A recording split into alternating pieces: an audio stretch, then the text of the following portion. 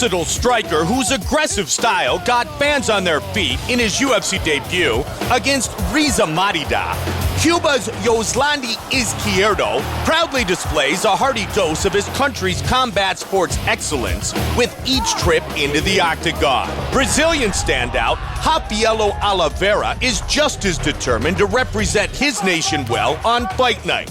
And despite losses to Gleison Tibau and Yves Edwards, he expects that his first bout of 2012 will put him back on the winning track in the ultra-competitive lightweight division. Coming up next, Yoslandi Cuba Izquierdo battles Chael Tractor Oliveira.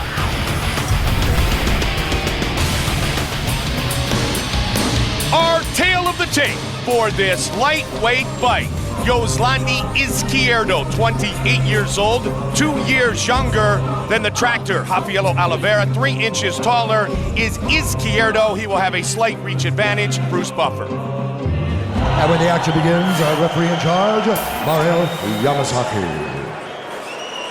Mario Yamasaki, our referee for this lightweight fight. There she is, the beautiful Ariani. Here we go, first round, you ready? You ready? Let's go, come on! And here we go. They start early in a big left hand thrown by Izquierdo, the southpaw. That's a hell of a name. Yeah. Yoslandi Izquierdo. Yes, sir. Izquierdo with a very nice body kick.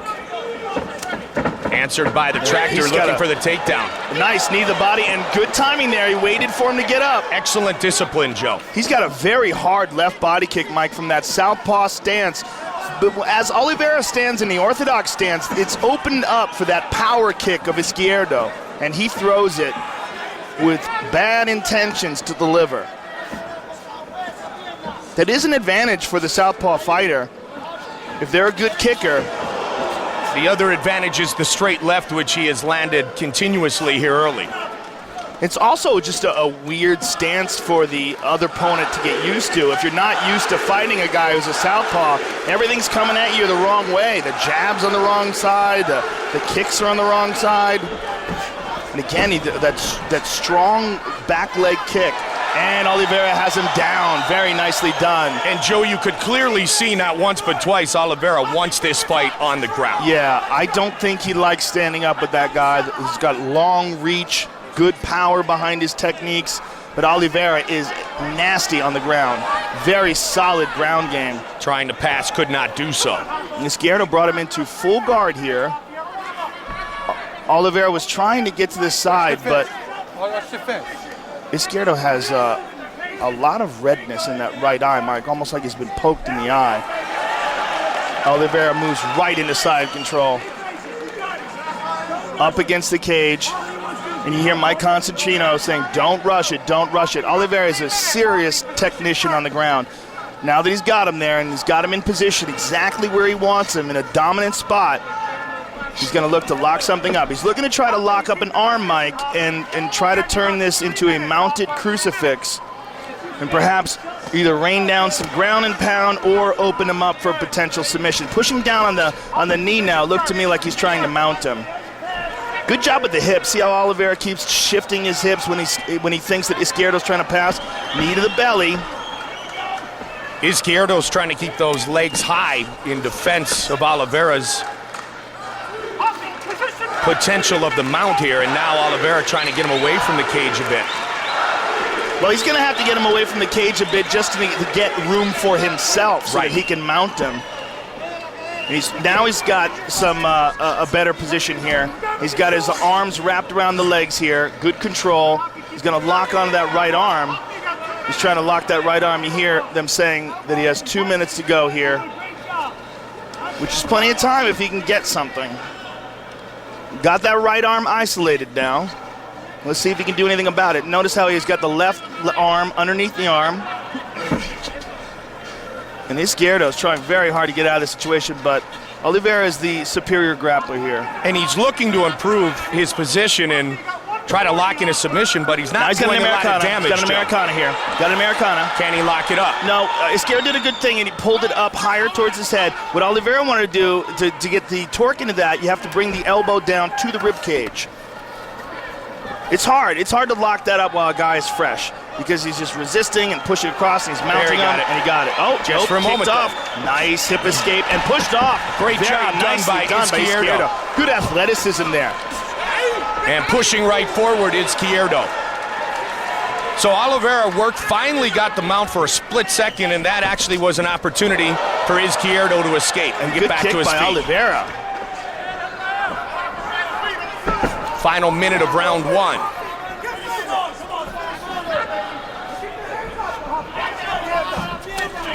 Good counter left. The one thing Rafi Oliveira didn't do, Joe, he didn't really have any ground and pound to his attack. Oh, look at that. Izquierdo, beautiful job going with the momentum. Throwing Oliveira right over the top.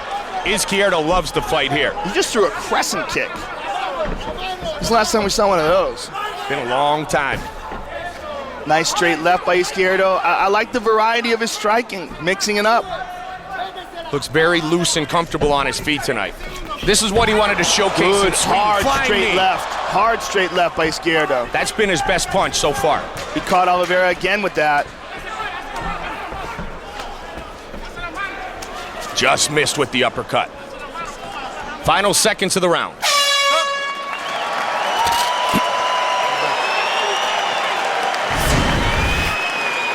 And here's the left that misses. And Oliveira goes for the takedown. Now watch this, Mike. As he's taking him down, Izquierdo gets the double underhooks, recognizes what he's going to do, and goes with the momentum and throws him right over his head. Beautiful job of capitalizing on the momentum. Don't take them out. By That's the only chance to Izquierdo. get up. Everything you're doing on the ground is great. Right? Patient. That's your round. Let's not give away any. Okay? Your round. Don't give away any. Right? Let's go with the left hand. Right?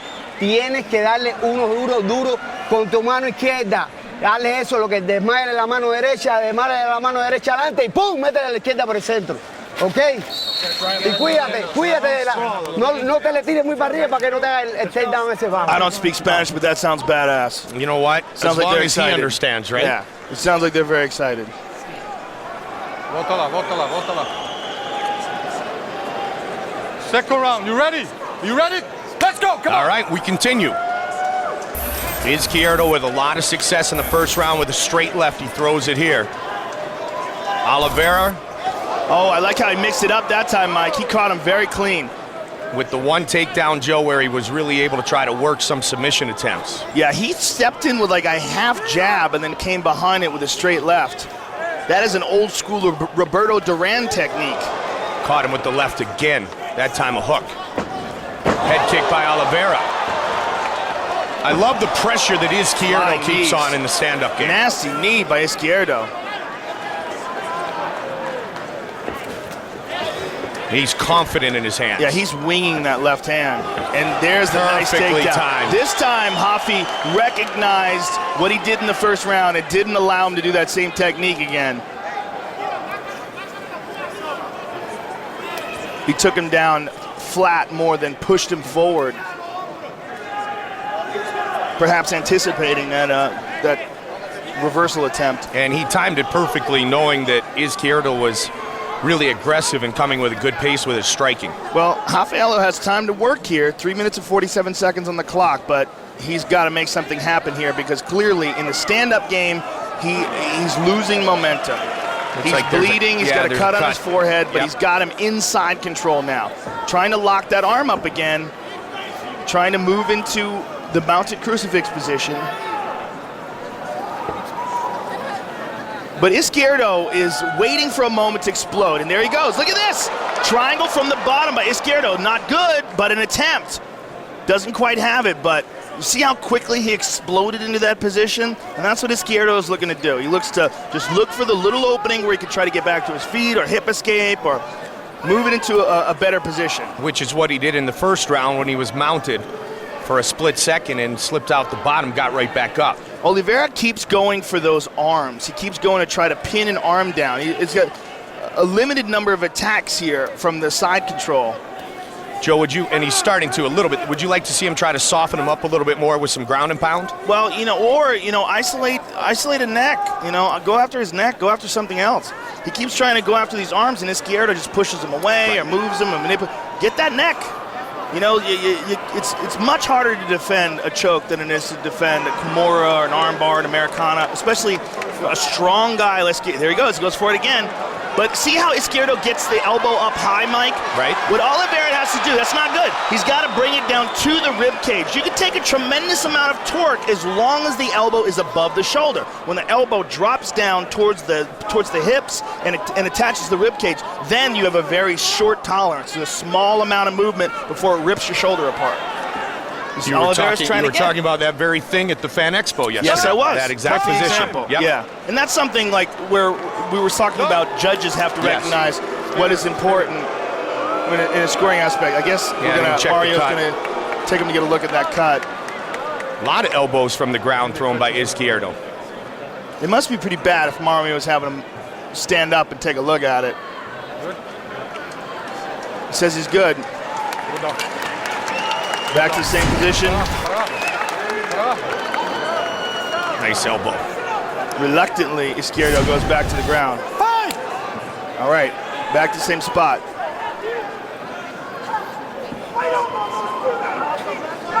Now he's softening him up a bit. But you know what? It's hard for him to rain down shots because every time he gives Izquierdo even a little bit of room, Izquierdo hip escapes and pops and moves and tries to explode out of there. 90 seconds on the clock here in the second. Well, this is scoring for Oliveira, but he has not been able to do anything as far as get really close to a submission. I mean, it seems like he's dominant on the ground, and when I see that, I would like him to go for a fight-ending move. Would you say Izquierdo has been close to dominant on the feet? Yes, I would say he's definitely got the momentum on his side on the feet. I think Rafaelo had some good shots he landed in the first round, but it seemed like towards the end of the first, and especially in the second, the momentum is on Izquierdo's side. He just seems to have more power, more explosiveness. And here, Rafi doing the same thing over and over again, trying to get this mounted crucifix. Izquierdo's too strong. He escapes. Same thing again, Americana. Now, look, see how Izquierdo moves the elbow? He moved his body down to put the elbow up higher. Instead of trying to pull the elbow up high, he just scooted his hips down. What that means to me is that Oliveira does not have real control over him. Got some shots in that time with the ground and pound. About 20 seconds now. He wants the mounted crucifix again. He's again going for that Americana, and every time he does it, he doesn't have control of the body. So every time he does it, Izquierdo just hip escapes a little bit and his arm's safe. I mean, there's so little time here. Final seconds of round two.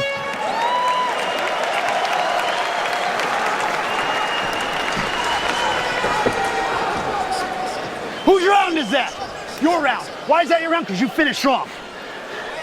Because everybody was wrong. Because you finished strong in the second, you're going to finish stronger in the third, right? You're strong. And you're going to finish this guy, right? Right? That's your round, right? First is up in the air, the second's yours. We don't finish until we're done, right? Right? What do I want you to do? Keep the pressure on. Cuando le das el golpe, da el paso atrás. No se te olvida ese, Orlandi. No se te olvida eso. When he comes in, you got to move back. Tenemos un round y un round. You have one round, he has one round. You got to take the third round. ¿Me estás oyendo? Can you hear me? Así que take it, you want it. Supera esto. Overcome this round. ¿Qué es lo que más vale en tu vida? This is your time. Tus hijos, estás en un juego, tu familia y todo aquí.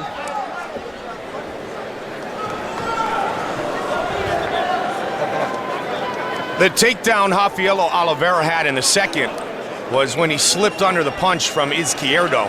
And Izquierdo ended on his back the rest of the round, Joe. So it was one takedown, but he worked it for a couple of minutes. Izquierdo knows he needs to stay on his feet. Rafaelo had excellent control in that round, Mike, but really didn't come close to finishing it. Same with the first. Yeah. And he had more control in the second. Well, Izquierdo's very strong. You can see by the way he moves his arms when Rafaelo grabs a hold of him. It's really hard to control one of those limbs. And Izquierdo, nicely done. Izquierdo's throwing shots now, but it seems like a little bit of pop has come from those shots. Lost some steam because of the struggling in that second round. That kind of a grueling grappling battle really puts a lot of blood in the muscles and makes those punches come much slower. And Rafaelo's got him again. Nice down again. Full guard though. I would like to see Rafaelo chain submissions together, use more variety in his submission attempts. He was just constantly going for Americana or Kimura, Americana, Kimura, the same wrist control over and over again. 3 takedowns for Oliveira. 2 in the first, 1 in the second, now 1 here. Pardon me, 3, 1 in the first, they credit him, 1 in the second, and this 1 here. Well, if Oliveira can stay on top and keep the ground and pound going, he should have this fight in the bag. It's a big if because Izquierdo's so explosive on his back. But again, like we said, he's probably a little more tired in this round. He's had about a round and a half of ground control against Izquierdo. All right, now see, when Oliveira has him stacked like this, I would like to see him try to pass. Don't just stay here all turtled up. Because Mario Yamasaki may very well stand them up if they don't try to advance here. I'd like to see Oliveira try to, there he goes, now pass. Now, okay, now even better, north-south control. I want to see him grab a hold of a neck. Grab a hold of Izquierdo's neck. The same position, the side control that he keeps getting over and over again. Unless Izquierdo's arms are significantly more tired in that first round or second round than in the first or second round, I don't really think he's going to be able to lock it up.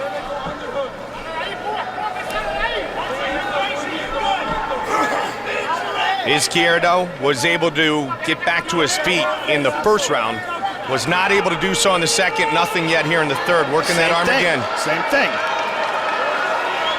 See how it's up high? His number one concern should be pulling that elbow down to the rib cage, but he's not doing that.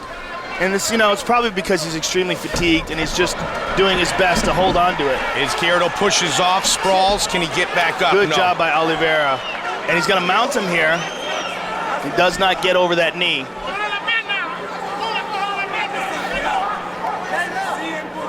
Izquierdo pushed off again. That's the way he got up in the first round. Started karate at age 11, did Izquierdo, to deal with asthma problems. We saw some of his striking, but he can't keep Oliveira off the top position. Again with the north-south control, but I want to see Oliveira attack with something else other than this same Kimura Americana attempt over and over again, especially in the north-south. North-south chokes are becoming more and more popular.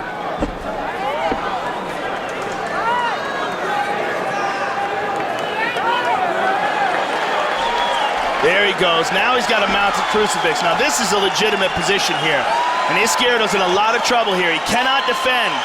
This is what he's wanted for the better part of 12 minutes. But again, he went to go for that Kimura and almost lost the position. He went for that same move again, the Americana, and lost that position. The same double wrist control. You can, I'm calling it two different things because you can mix it up and do two. If you twist it behind the guy's back, it's a Kimura. You bend it back this way, then it's an Americana. But see how Izquierdo does it every time? He just slides his hips down. Izquierdo, though only Joe, now has 30 seconds to work. Izquierdo almost snuck out the back door there, but his head's trapped. But look at him, he's trying to sneak out the back door, and Oliveira follows him around the corner. Izquierdo's very strong, Mike, very strong. He's trying very hard to explode out of this. And they're right in front of us here. Rafaelo again has that arm, again trying for that double wrist lock control. This should go to Rafaelo just for control. And a much-needed victory for Rafaelo Oliveira. After consecutive setbacks, a good performance tonight.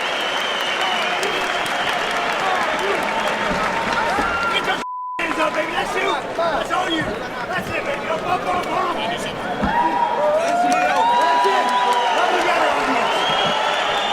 A relieved Rafaelo Oliveira and his corner.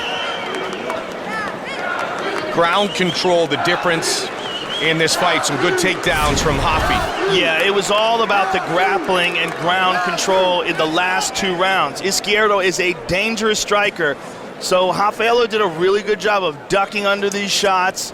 And here's in the second round, he ducked under that, got a good takedown, but I like how Izquierdo grabbed a hold of his waist here and threw him over the top, utilizing Rafaelo's momentum to reverse the position. And Izquierdo, again, throwing hard shots, but Rafaelo got under it and didn't allow him to get that double underhooks there that time and try to reverse the position. And then here again, Rafaelo gets him up, down, and controlled him on the ground. Got the mounted crucifix for a brief amount of time, landed some good solid elbows from the top. Just mostly good control and grappling by Rafaelo Oliveira. Bruce Buffer has the official decision. Ladies and gentlemen, after 3 rounds, we go to the judges' scorecards for a decision. All 3 judges scored this contest 29-28, declaring the winner by unanimous decision, Rafaelo Tractor Oliveira. Second UFC win for Rafaelo Oliveira as he wins tonight, defeating Yoslandi Izquierdo.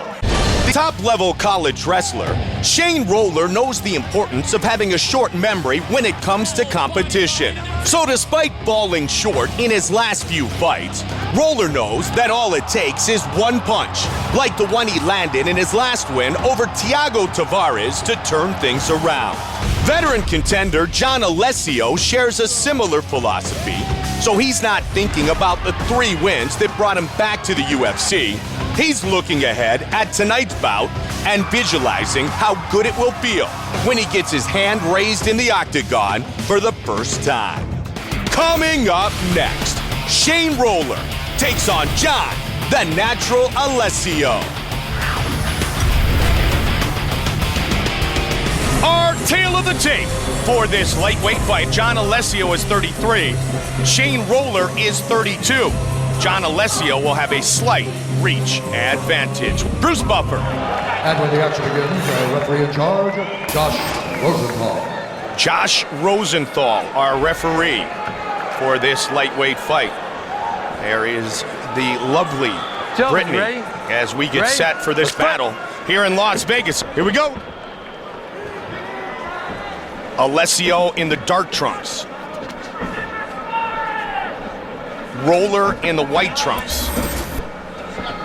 He will look to take this fight to the ground and try to utilize some ground and pound. Alessio. Perhaps, but you know what, Shane Roller, we've seen before in the past, has had success striking, especially with that right hand that he knocked out Thiago Tavares with. He's got strong punches and a lot of confidence in those punches. You mentioned during the walk-ins, Joe, that you felt, though, that Alessio has the stand-up advantage. I believe he does. I believe he has more tools in his toolbox, but, you know, Shane Roller is a hard-headed dude, and he might just decide, you know what, I can crack this guy. Let me stand up with him for a little bit. Last fought on short notice did Roller against Michael Johnson. Johnson looked outstanding. Michael Johnson is really improving radically ever since we've seen him join the Black Zillions down there in Florida with Rashad Evans and Tyrone Spong and Alistair Overeem. What a great camp they've got down there. And he's showing some great leaps and bounds in his improvement. Melvin Gillard, who is fighting here tonight on FX, has spent some time with the Black Zillions as well. Oh, there's that right hand, and a nice left hook as well. And the thing that we saw there was Roller faked the shot and then came over the top with the right hand, and it had Alessio indecisive on his defense. Yes, good point. And it's very possible that Shane Roller might have a strategy of only standing in the first round to open things up for a potential takedown maybe in the second or third. You know, you can get a guy to think, okay, we're in a kickboxing fight, and then NCAA Division I three-time All-American comes out and takes you down. Joe, we've often talked about it may not be the actual takedown that causes your opponent fits, but it's the threat of the ability to do anything. Yeah, absolutely. I mean, that's a lot of wrestlers have a big low shot. Oh, man, that was a hard one, too. That was a really hard one. That wasn't a grazing shot by any stretch of the imagination. No coaching. You got the clock. Take your time. Ladies and gentlemen, we know you want to see a replay. And there it is. Oh, yeah, you hear the moan from the audience. By the way, this place is packed. I mean, this is only the second fight of the evening, and the stands are almost completely full, and that just shows you how much anticipation and excitement is in the air here in Las Vegas. It's really nothing like anything we've ever seen before on a completely new level. The weigh-ins yesterday are a great example of that. It was incredible, deafening when Chael Sonnen and Anderson Silva took the stage. One more time we're gonna see it. Oh, you gluttons for punishment. Correct. There you go, Mother Nature. You win again. Even with plastic. That was our theme in Brazil, unfortunately. Yeah, unfortunately. You got time. Alessio toughs it up. You good to go? Got 5 minutes. Nice. Hurting. That's an honest answer right there. It's hurting. It's a terrible feeling. Joe, just the pageantry, and everyone at the UFC has really committed this week for the fans. I mean, not just the expo, but the events surrounding this biggest fight in UFC history, unlike anything we've ever seen before. Yeah, it's awesome. It's awesome to see. Awesome to be a part of. A real honor to be a part of. Led with the jab, double jab, followed by a right hand. I like how Alessio is moving his punches around the guard of Shane Roller. Normally he throws very straight punches, but he's throwing more of like a casting type punch around the guard because Shane Roller is doing a good job of keeping his hands up nice and high. Looking for the takedown and gets out of the way, does Alessio. Alessio right back in his face. Midway point of round number 1. First look for a takedown by Roller in this fight was just a split second ago. I like how Alessio continues to throw combinations. And Joe, a good striking coach will tell you that the best jab is not the straight jab. The best jab is the one that hits your opponent. And that's what Alessio's doing. He's trying to find that angle to land the jab. And as he did that, Roller just came over the top with a right hand of his own. That's been the punch he has landed. He landed it earlier here in the round. Good left hook by Alessio. Alessio to the spun body. away from the cage.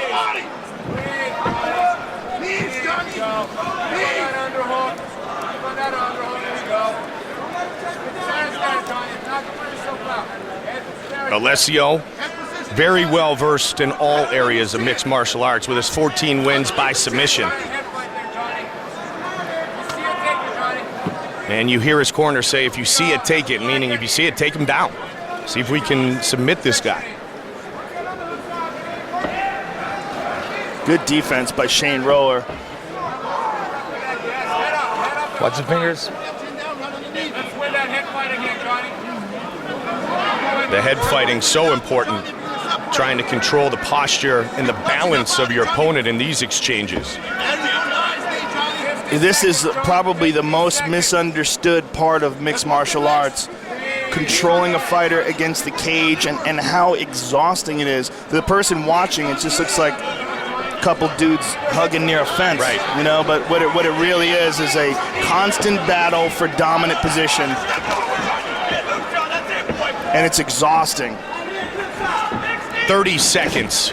Alessio, as he backpedals, able to connect on a couple of punches. Now he leads with the right. Roller trying to move that head out of harm's way. Good uppercut by Roller. Very hard shot. He'll stand and trade. We've seen that many times. Oh, he got hurt! 10 seconds.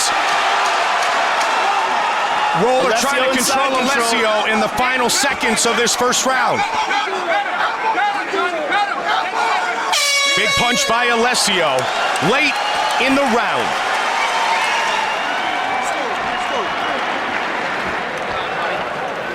Okay, listen. Everything is you working. Everything's perfect, Johnny. Except when you come forward, man, stay on him, man. Okay, stay on him. When he's backing up, Johnny, his hands are up. He's not being defensive, man. I mean, he's being defensive. He can't be offensive. Okay, keep walking him down, Johnny. Let's get this leg, man. John, let's keep getting with that leg. With this guy, you're a better striker than him. No banging with him. All right. Okay. Every time you combination, let's finish with that kick, Johnny. Beautiful. Okay. Hook and then the right hand. Relax now. Now listen, Johnny. Like Rob said, man. It's a close round right there.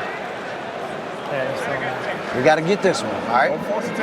Be smart. That's all you got to do. At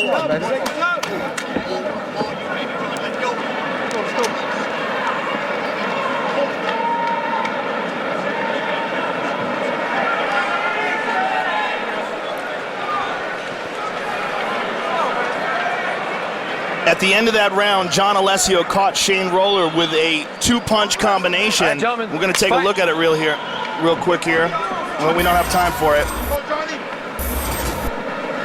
But he hurt him with a short right hand and then a stiff jab behind that. And again, the combination. And then close up the round inside control.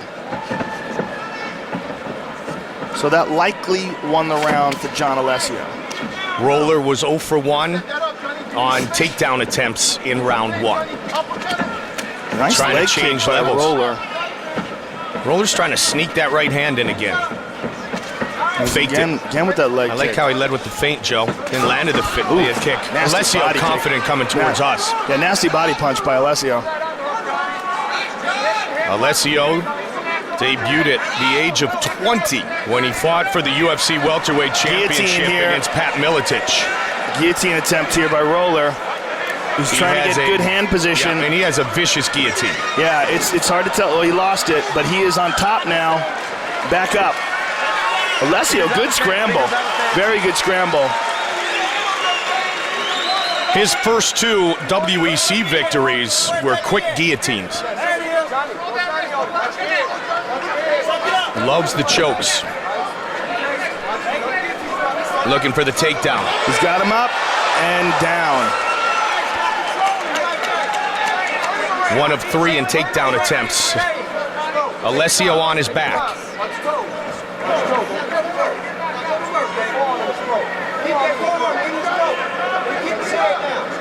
And Alessio said he knows that Roller possesses good submissions.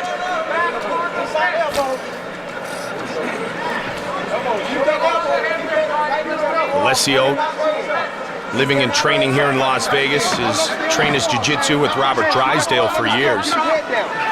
Gil Martinez from Extreme Couture, his striking coach. Right now, he's working from his back, trying to prevent Roller from advancing his position.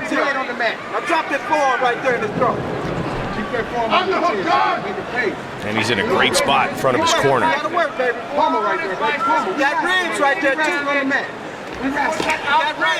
Good top control here by Shane Roller, but has not advanced past the guard. Still trapped in the half guard here of John Alessio. And his corner's calling for sure. He's got a Darce attempt here. That right arm that he's sneaking under. Oh, very hard elbow. Very hard elbow by Roller. You could hear that. All but 1 of his WEC victories came by submission. Roller scored 4 of them in the first round. Now he's looking for a potential submission here in the second. As Alessio tried to get out of there, he left an opening, and Shane is on his back now. Has 1 hook in, but Alessio is in a very precarious position here, and he's got to really watch his movement. Doesn't want to let Shane get an arm under his chin for sure. Shane is also doing a good job of controlling the right wrist of John Alessio. Note how when he was going for the choke, he was holding down that right wrist. Now he's holding it down with his left hand. He was trying to feed it back to his right hand again. He wants to control that hand to take away the defense of Alessio. 50th professional fight for John Alessio. Got taken down here in the second round, and Roller's still looking to lock in something. Yeah, UFC 26. Crazy, John right? Alessio made his debut. Now Roller has both hooks in, Mike. This is much worse. Look at that, he switched it to a body triangle. Nicely done by Shane Roller. And he's got some time to work, Joe. He's still got about a minute. Alessio slowly turning. He's trying to give up. He's trying to give up the mount here to get out of this the back mount. Fingers on the fence. But Shane Roller's not letting him. Shane Roller's doing a great job of controlling John Alessio. Amazing job of using the hooks. Nasty elbow by Shane Roller. And now the fist. This is all Shane Roller right here. This is the last place John Alessio ever wanted to be, with Shane Roller mounted on top of him like this, blasting him with elbows. Well, we talked about that at the start of the fight, that he might strike, but he would prefer to be here, and you can see why. And now 15 seconds now. Now he is on his back with his own back up against the cage, which will restrict his movement a little bit. And he's going to run out of time. But a very good round for Shane Roller. And it all came after the takedown.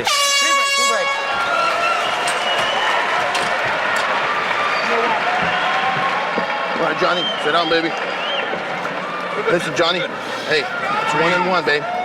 1-1. Okay? Good, man. Good. Hey, let's keep it on your feet, man. Okay? You see the top ground? Yeah, I want this guy moving forward at all. I want foot on his hip. I want wrist control so he can stand back up. I like that collar tie as well, so he can control his head and he can't get close to you. All right? Listen, Johnny, let's get that leg out, man. That lead leg, okay? Every time you finish your combination, let's kick it, man. Be smart. You did perfect. Do not give it to him. You did great, Shane. Take him down off the cage. Take him off the cage. He's waiting for you in the middle. That's why he's scooting back so much. He wants you to shoot.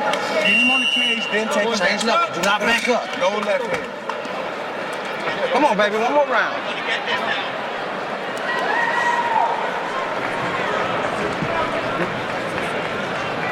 Let's take a look at some of the nasty elbows by Shane Roller. Controlled John Alessio on the ground, mounted him, got his back. That round was all Shane Roller and Shane Roller's grappling and control. All right, gentlemen, last round. Let's fight. One of Roller's trademarks during his collegiate wrestling days at Oklahoma State was what we saw there, how he's able to ride his opponent in control. And he utilized those same skills for control here in MMA against Alessio. We did an outstanding job, Mike. We got tagged! Got caught. Good combination by Alessio. Fast hands by Alessio. It was an uppercut that really cracked him. Alessio applying pressure early here in the third. What I was saying was that Roller did an expert job of utilizing the hips and pinning them down, utilizing his hooks rather, and pinning them down and adjusting them whenever Alessio tried to defend. Roller again with that fake low over the top with the right. Alessio defending. Alessio grabbing onto the neck. Roller has his hands connected though. Alessio's most likely going to wind up on his back here. Yep. And there he is. Alessio trying to lock a guillotine in on the way down, but does not have it. Does not have his hands connected. And now Roller's on top of him. Last place Alessio wanted to be after that grueling second round was here right in front of us with Shane Roller on top. Alessio reaching under, trying to pass, but he has to be careful when he's doing that, because if Shane Roller can get his right leg out in between the legs of Alessio, Alessio's going to find himself in a terrible position. Alessio also has to watch that left arm of his. As he's reaching around Shane Roller's waist with that left arm, he opens himself up for a Darce choke. He's also having a tough time protecting himself from ground and pound. Now he's trying to get his hands back up. Roller is very heavy on top. Yeah. Watch the back of the head, though. Alessio holding onto the wrist. Looked like he was looking for a triangle, throwing that left leg up. And yeah, he was. And Roller recognized it and got right out of there. And Alessio to his feet. Yeah, Alessio utilized that very well to get back to his feet, though. Anybody's fight at this point, Joe. After a strong first with Alessio connecting late against Roller, and then Roller's wrestling and dominant top position in the second round. Final 2.5 is about upon us. Roller's just like an octopus. Alessio just can't seem to get free of him. And down again. And the back. Going to try to get the hooks in. And again, controlling that opposite wrist. There's one hook. Yeah, one hook in. He does such a good job of utilizing those hooks too, Mike, and an expert job. He'll pull John Alessio back, and as he pulls him back, he'll sneak in that other hook. The right leg right now is not hooked in. Tried it again, couldn't quite sneak it through. It's very close now, though. Very close. This is a tough spot for Alessio. When a guy has a great back mount like Shane Roller does, so hard to shake him off. Those 3 takedowns by Roller have led to over a round's worth of ground control, and that is the significant difference in this fight so far. And Alessio shouts, "Come on, let's fight." You wanna fight me? Come on, let's fight. Come on, let's fight. You want to fight me? Well, that's You wanna ride me? they're in the middle of a fight right now. You wanna ride Exactly. me? He's saying, "You want to ride me?" I think Roller's answer is yeah. I'm gonna ride this right to victory. You want to fight? Get up.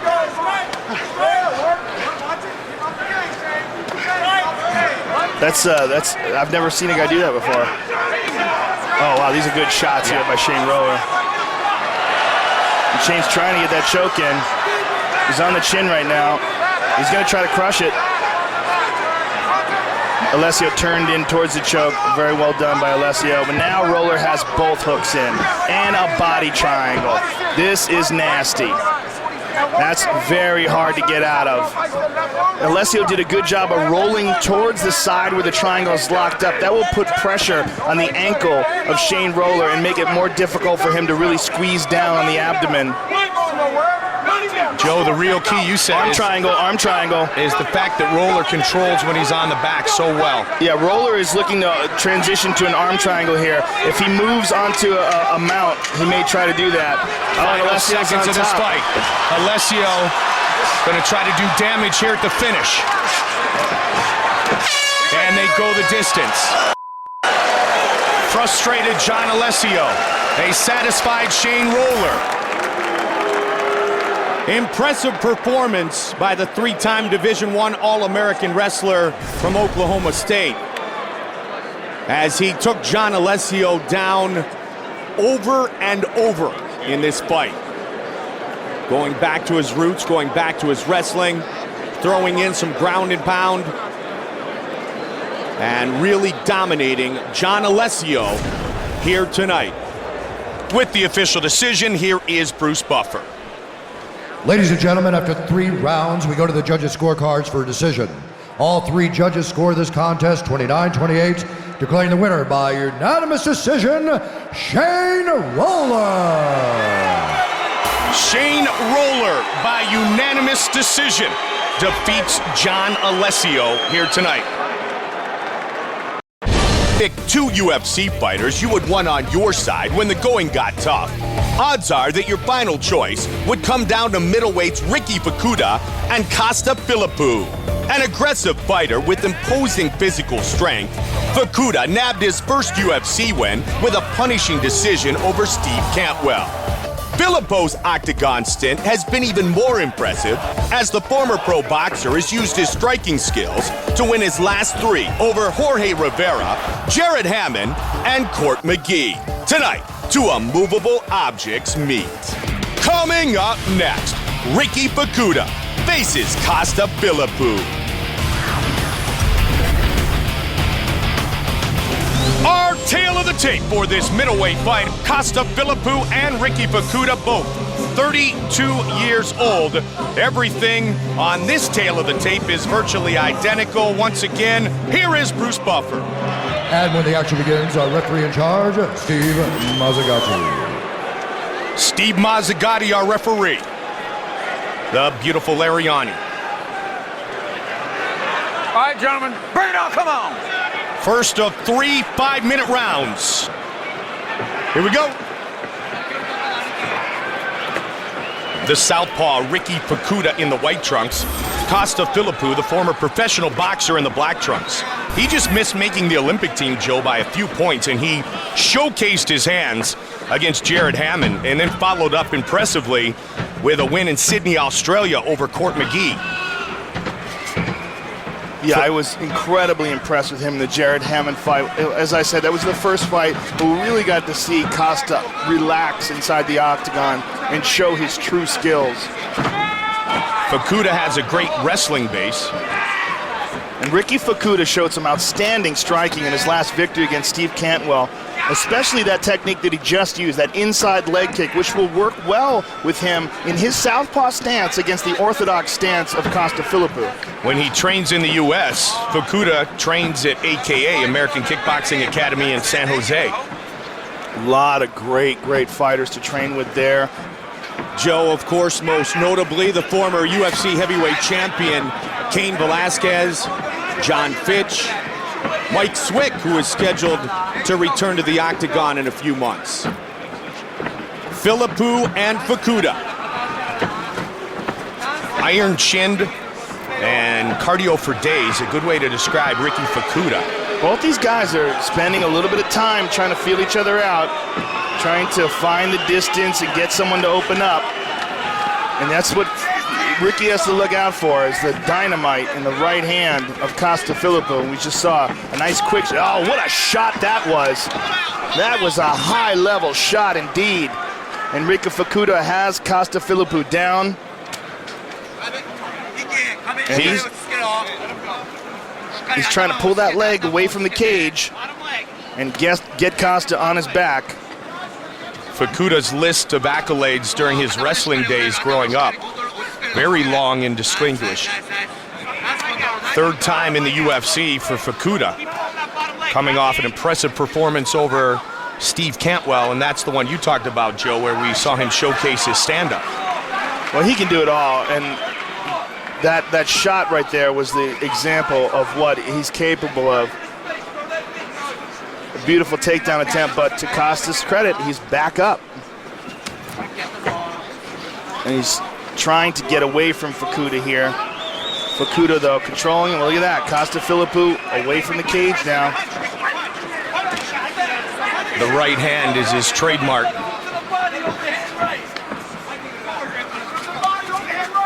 When Philippou unleashes, though, he has incredible speed.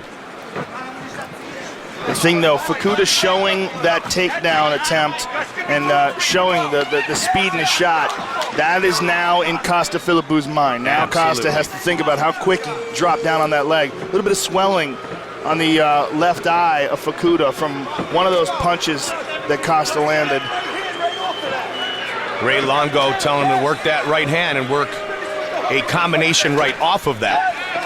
Led with the jab that time. Longo and Serra have been together for years.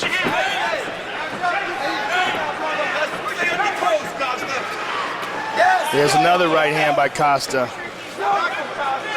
That's the right hand. He's just touching him up with that. Yep. You know, nothing real powerful, but he's landing it. Yep, letting him know he's there. There it is again. Yep, there it is perfectly again. timed. And now those are the kind of shots that accumulate. Slowly but surely, those will accumulate. Oh, very nice left hand by Costa. Led with the right and then followed up with a big left. Now the uppercut. Now we're starting to see Costa's skills. And he's mixing things up nicely, Joe. And there's the head kick. Mixing things up.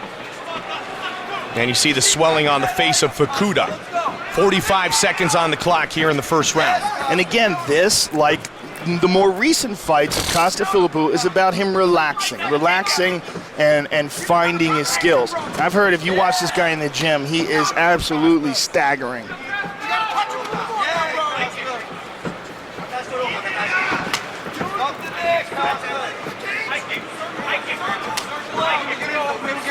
Fukuda opting to start to attack the legs, which I think is a very good idea. He had a little bit of success early on with that inside leg kick. Trying to open up here at the end of the round. Good damage done by Philippou.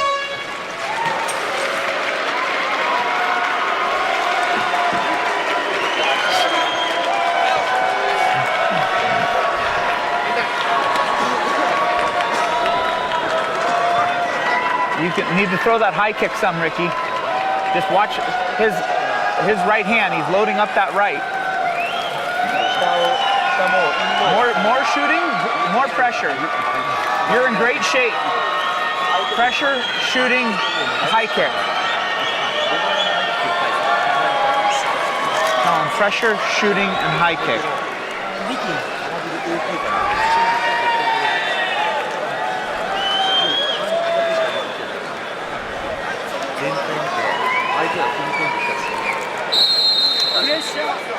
Same thing, Costa. Close. I think he won.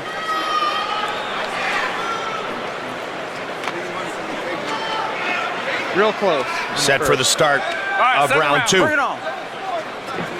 Philippou, as Joe mentioned, started to let the hands go in the latter part of the first round. Had a lot of success. Fukuda officially in the first 0 for 3 with his takedown attempts. Philippou threatened with a takedown. I like how he jammed that kick.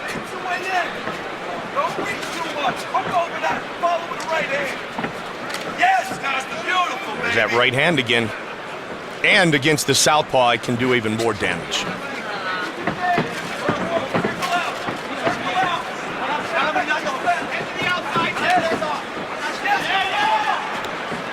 Does Fukuda have an answer for the accuracy of Costa Philippou? Caught him on the shoulder. If I was in Fukuda's corner, I would be calling for the shot, For that? and I would be calling for leg kicks. Those would be the two things that I would want him to do, two things that can negate the punching power and boxing technique of Costa Philippou. Especially the leg kicks, soften that front leg up, keep him from having the spring that he needs to, in order to close the distance with his punches. And work him over in this position right here. Absolutely.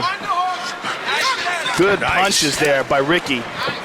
Controlled the back of the head and connected a few times. Philippou free. And right to the right hand lead again. 90 seconds into the second round. Nice left hook over the top there. There's the inside leg kick by Ricky. Philippou looking for his 4th straight UFC win.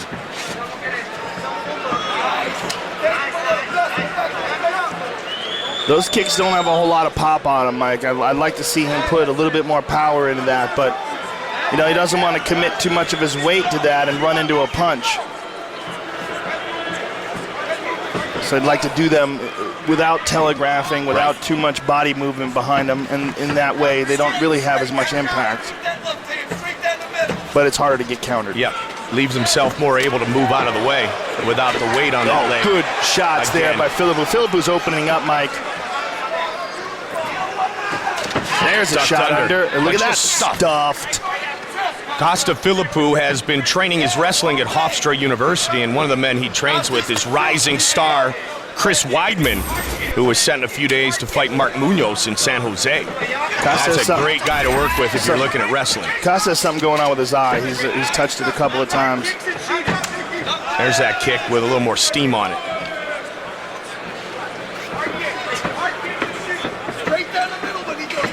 There's a nice one to the liver by Ricky. He needs more of those. And with his wrestling skills, he should be pretty confident that Costa's not going to take him down. It's all about just worrying about being countered. That stuff a moment ago caught him with a left. That stuff a moment ago by Philippou. We saw excellent takedown defense in his win over Ultimate Fighter winner Court McGee. That allowed him to utilize his hands throughout the fight. And he had to really rely on his cardio in that fight as well. Yes. Because Court McGee can push an incredible pace. There's that inside leg kick with power. All right. Timeout, timeout. I don't know necessarily that one was low. It might have grazed it, but it looked like, it's hard to tell though when it's landing fast. We'll take a look at it here. Let me see it again from another angle, please. Because that was inconclusive. It was very hard to tell. That looked to me like it wasn't low. You all right? All right, here we go. But even if it's not low, I mean, sometimes it just grazes it. Well, the one thing, as he comes out swinging, you've noticed here in the last minute or so that Philippou's pace is slowed a bit, and it may very well be because Fukuda started to throw some leg kicks and the big kick to the body. He's got his attention again, which he had lost for a moment. Spinning back fist. Nice straight left by Ricky Fukuda. And another inside leg kick, but countered there by the right hand. That's what he was worried about.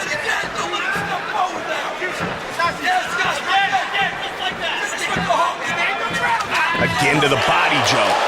But again, countered. And that's what Fakuta's got to worry about.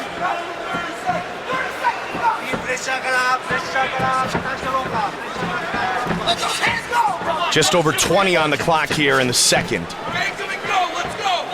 Facuta looking for a second straight win. Costafilipu looking to move to 4-1 in his UFC career. That lead right again. Man, I like that nice right hand. Head movement too by Filipu. Very nice. All those years of boxing for Costafilipu.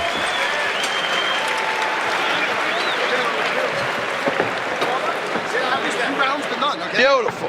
You should have that, okay? But let's not make a chance. We got 5 minutes left, bro. You got another victory. How you feel? You got 5 minutes? 5 minutes, homie. 5 minutes. Good, good. Hey, Costa, it ain't nothing. do something. In the clinch, if you're pushing away, Costa, hit as you're going away. That's all you want to do. Hit. Punch him out of the clinch. That's it. Listen, homie. Good matador. He's going to be fucking desperate this round. He's desperate. He knows he needs this round. I want the footwork right from the deep breaths. Deep breaths. How do you feel? You have to drive through him.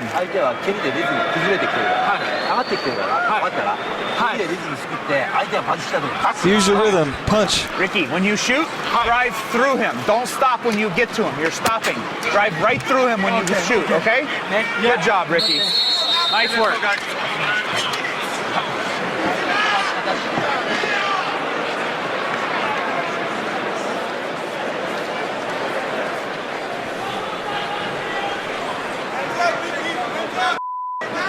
Costafilipu and round. Ricky Facuta, third and final round. A little bit of desperation in the corner, Ricky Facuta, imploring him to complete his shots and to try to get something done in this round.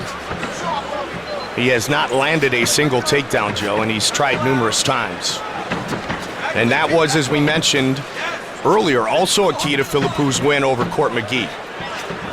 And when you're training with guys like Chris Weidman at Hofstra back at home and you're wrestling, you're going to get better at it.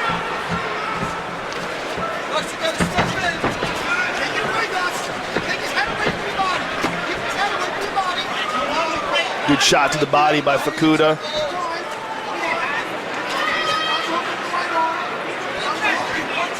Ricky Facuta trying very hard to control Costafilipu here.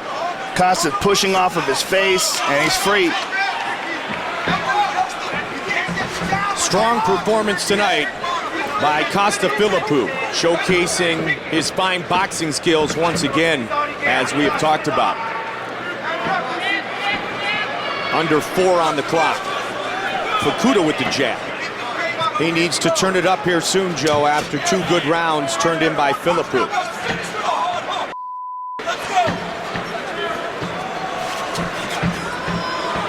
Both men, they seem fine cardio-wise. Well, Filipu started to open up his mouth. That just shows he's slowing down a bit and trying to breathe, and Facuta is doing the same. Very nice fake Superman punch and throws a jab there. Nice combination by Filipu and ducked under it. Shakes the right hand out. In my opinion, Ricky Facuta has probably got to stop this fight in this round in order to win. He has won 8 of his last 9. And the one in which he did not get the nod was the controversial loss to Nick Ring, in which Dana White still gave Facuta his win bonus. Looking for the leg. Got that single, but trying to complete his first takedown. Complete it. Wow, Filipu is very strong, Mike. It's not just technique. Technique is good, but he's a very powerful dude. He has stuffed every one of Facuta's takedown attempts. And that, as much as his boxing, is a key to a potential victory here tonight, with 2.5 now less on the clock. And he's patient here too. He's got all the time in the world. He's pretty sure he won those first 2 rounds. And I only say pretty sure because of how much the judges can suck. Filipu moves in. Made his debut on short notice in a catchweight fight in Newark, New Jersey, did Filipu. And then defeated Jorge Rivera, Jared Hammond, Court Oh, McGee. body kick, And but it's a poke to the eye first. Oh, no. And you saw the wince of Philippou immediately. And as he covered up from that, oh man, he's saying, oh my God, he's in pain. He's in some serious agony here. We'll have the doctor look at your eye. Oh my God. Wow, he is screaming in pain here. This is crazy. Let's take a look at this. Oh yeah. Got a finger in his eye. Fingers right to the eye, and then the kick to the body. Look at that, poked right into his eye. Right here. Right here. Just hang out here for a minute, okay? You got your finger in his eye, okay? So he turned his head immediately, Joe. Yeah. Even before the kick was thrown. He is in absolute agony. Terrible things can happen from fingers. He's screaming, oh my God, oh my God.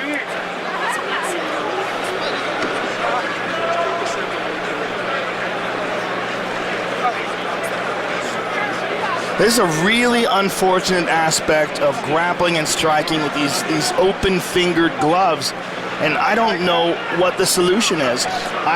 I've proposed something where there's some sort of a soft cover over the tips of the fingers that still allows guys to grip a hold of things, that maybe perhaps gloves can be redesigned where the fingers can spread inside a closed surface, but never be individual units that can poke into eyes, and that may help. It may be something that someone may invent in the future, but look at that. That is horrific. Yes.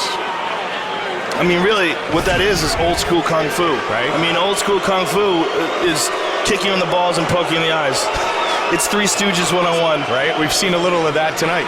Yeah, it's tremendously unfortunate, and you know, it can lead to torn retinas, detached retinas. I mean, it's really bad stuff. Now, remember years ago, Anthony Johnson. He can move it fine. He did get poked, but let's see if it clears up. The doctor just said, see if it clears up. So he's going to give them some time to see if he can fight. But, you know, who knows how much damage that it actually done. Costafillo was a tough guy. When you see him on his knees screaming, oh my God, you know, you know that is a serious eye poke. Wow, he's going to go back at it. Accidental. And we're fortunate we don't see more of them, but Philippou wants to continue the last 144 of this fight, and the crowd reacts. And he looks angry. Man. His eyes are swelling up. He looks pissed off. Let's hope that his vision is good. He can see Ricky in front of him. Nice body kick by Ricky Fukuda. Philippou is all kinds of fired up now. Oh, looking big for shot. a finish. Philippou really pushing the pace here. Oh, nice Outside with the uppercut. right. Fukuda can't take him down yet. He's going for a guillotine. He cannot get it. His takedown defense is outstanding. We are seeing an angry Costa Philippou here with a minute remaining in this fight.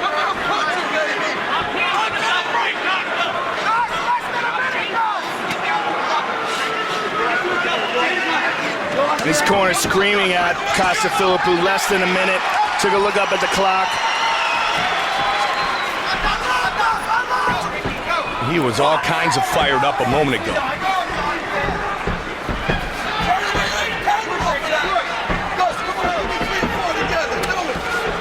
Well ahead in the striking department in this fight. Very nice head movement there, the way he ducked under that left by Fukuda. He stuffed all the takedown attempts and should be less than a minute away now, 30 seconds from a victory. Works through the accidental eye poke, and he's going to finish this fight.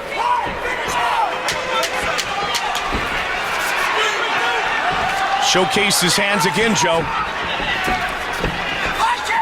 And he swings to the finish. Good right hand right there by Philippou.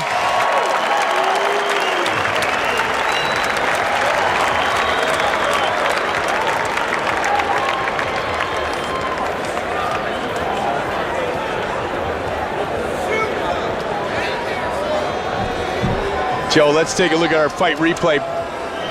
The hand techniques, the outstanding boxing of Costa Philippou, who over and over again connected with smart combinations And this is him after the eye poke where he was absolutely fired up and looking to stop Ricky Fukuda.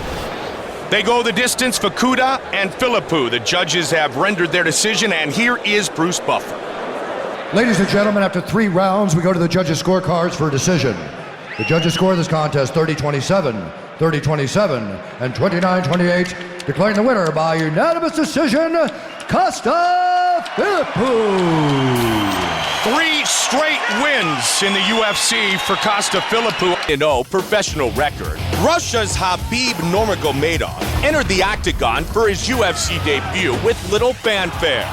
But then the fists started flying, and by the 3rd round, he had submitted Chael Sonnen and improved to 17-0. Tonight, the Eagle will get an even stiffer test in Brazilian powerhouse Gleison Tibau, who has pounded his way into the ranks of contenders at 155 pounds with his defeats of Kurt Pellegrino, Rafael Oliveira, and Rafael dos Anjos. Tonight, someone's winning streak will come to an abrupt end. Coming up next, Khabib Nurmagomedov squares off against Gleison Tibau. Our tale of the tape for this lightweight matchup, Gleison Tibau, 5 years the elder of Khabib Nurmagomedov. Everything else is virtually identical. Bruce Buffer. Now when the action begins, our referee in charge, Mario Yamasaki. Mario Yamasaki, our referee. The lovely Brittany. Shazam. Yes. What's up? Everybody's here tonight. You ready? Let's go, come on! Gleison Tibau and Khabib Nurmagomedov. Here we go. The veterans. A solid 10 pounds heavier than Nurmagomedov, now inside the octagon. His last fight, which was an impressive, hard-fought win over Rafael dos Anjos, he said was his best cut ever, and he is one of the biggest, strongest members of the lightweight division. This is 16th UFC fight. The southpaw in the white and blue trunks, Nurmagomedov fighting for the 2nd time in the UFC. Wow, listen to the Russian contingent yelling out Khabib. The Eagle, 17-0. Internationally recognized Sambo master. And a pro since 08. Made his debut in Nashville, Tennessee back in January. And submitted Chael Sonnen, a veteran in his own right. Wild looping left. Sambo's a very exciting style of martial arts if you're not familiar with it.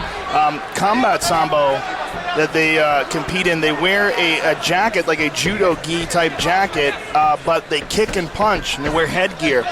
Very, very intriguing martial arts style.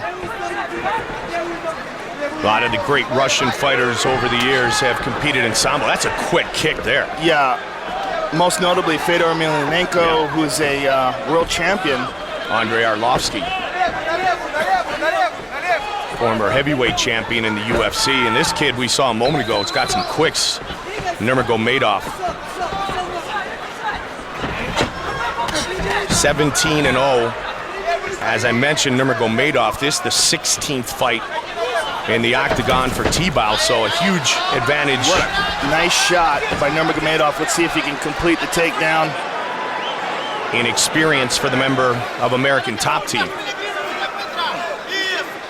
Tibau's so physically strong. Yeah. One of the things that Tibau's really tightened up over the last couple of years, Mike, is his striking. He used to be a little bit stiff with his punches, but now they're loose and fluid and has very good power behind him. Nurmagomedov is hanging on to this leg, really wants to try to complete this takedown and using up a lot of energy. That's an area that you mentioned, the striking that he's tried to sharpen for a long time. He TKO'd Chael Uno a few fights ago. Yeah, and that was a nasty TKO. Yes. Nice knee to the body. Nicely placed by Tibau. Nurmagomedov again has him up against the cage, but Gleison's takedown defense has been outstanding. Nurmagomedov has finished his last 9 wins. Right now, he's just looking to get to an advantageous position here against T-Bow.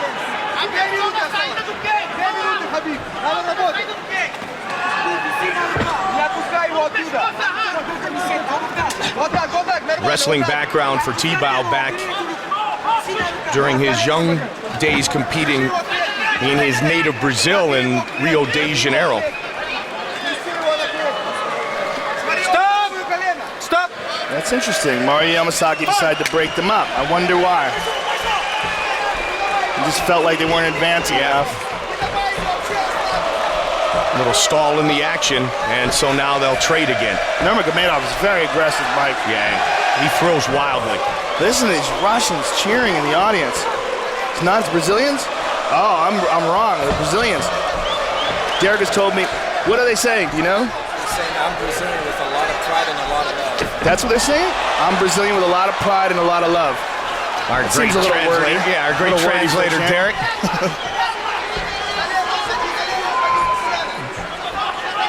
See, I thought they were yelling out Khabib. They weren't. Well, it's hard to hear when you've got a mob cheering, but it only makes sense that there's so many Brazilians in the crowd tonight.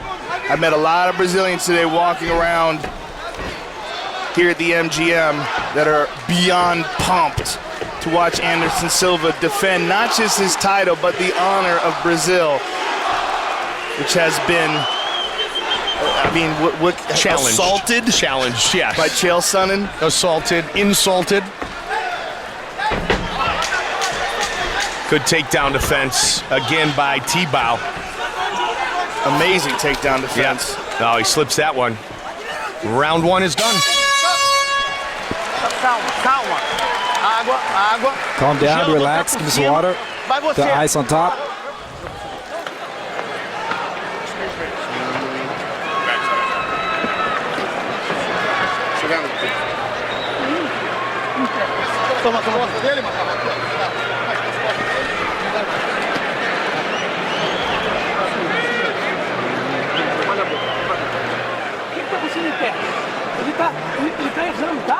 He's making a lot of mistakes. He's missing the punches and you gotta come back with 2 jabs. When you throw the cross, he's expecting a jab, so you gotta cross him. Pay attention, he went pretty strong in this round. Second round is gonna be a lot less strong. You gotta win the second round.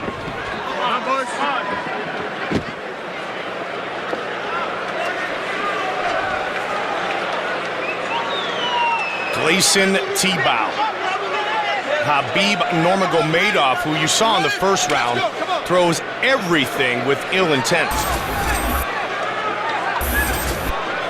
17-0. 6 wins by knockout, 7 by submission. The last 9 he has finished within the distance.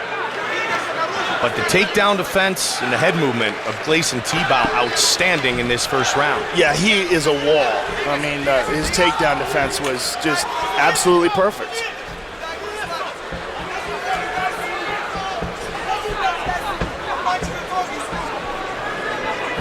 And Khabib, he used an incredible amount of energy trying to take Gleison down. And it was very astute by his corner. They said he's not going to come out as hard in this round. He really can't. And they're absolutely right. As we see him here, trying to pace himself in the second round. And this is going to be the opportunity for Gleison, or an opportunity rather for Gleison to open up with his strikes. Looking for the head kick off the forearm. Nice counter. Again, he tried to set up the left hand. He might be able to catch Nurmagomedov off balance. The way he throws, takes himself off center from time to time. Bit of a cut over the right eyebrow of Gleison. Right hand, and now he's going to look to put him on his back again. T-Bow had a big knee early, tried to throw it again here in the second.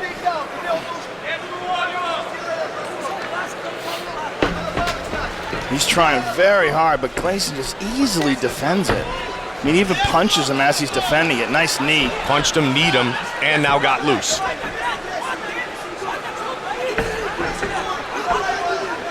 T-Bow, winner 3 straight, 7 of his last 9. And we mentioned he's trying to elevate his status at 155, where Benson Henderson is the champion.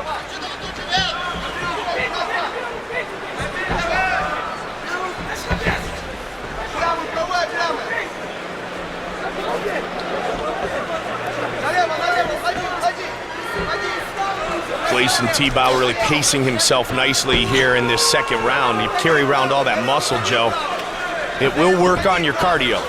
It certainly would, but you know, Gleison has never really shown cardio problems in the past, and Nurmagomedov spent so much energy. And look at that, Gleison got him down. And Glaison's got his back for a brief moment. He has the over-under. He basically powered him down. Yeah, he's got the over-under here, Mike, and the only thing that's saving Nurmagomedov is his right arm, and he uses that to keep standing. Caught him on the release, though, with that left, and Nurmagomedov still throwing. Uppercut. T-Bow trying to slide that arm over. Looks to get it under now. Nurmagomedov is absolutely relentless with his takedown attempts, but has been completely unsuccessful. He's got to look out for his neck here. Gleison has a nasty guillotine choke. And as he's going for this takedown, he is giving the possibility of a guillotine to Gleison. Well, Mike Constantino, who's in the corner of Nurmagomedov, mentioned the game plan was to continue to pressure Gleison T-Bow. And that's what Khabib Nurmagomedov is doing again here. He doesn't want to get bullied by T-Bow, who's done it to many members of the lightweight division. I mean, that guy really should write a book on how to cut weight. Come on, I'm going to separate you guys. Come on. I mean, I'm not exactly sure what Mario Yamasaki wants him to do differently, because Nurmagomedov is trying very hard. He's just running into incredible defense and balance. Nice slip and counter by T-Bow. That said, I love his style. You know, I love Nurmagomedov, the fact that he just wades in and just keeps firing. The wild dude. Yeah. Lead left uppercut a moment ago. Yeah, I mean, he's been unsuccessful with it, but that's just because he's facing a guy that's got a ton more experience than him, and, you know, frankly, has fought better opposition. But well, as I mentioned earlier, Joe, 16th UFC fight for T-Bow. Nurmagomedov, very impressive, 17-0 in his career. T-Bow's been in the octagon about as long as Nurmagomedov has been a pro. Final seconds of round number 2.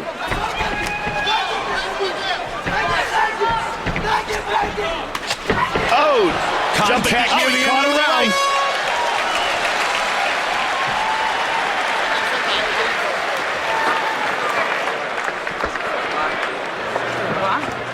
Segura aqui atrás. Respira. Respira. Breathe. Encosta do jogo, pelo amor de Deus. Aí encosta. Olha a boca. Aí. Bem, tá bem. You're doing very well. Just keep moving forward.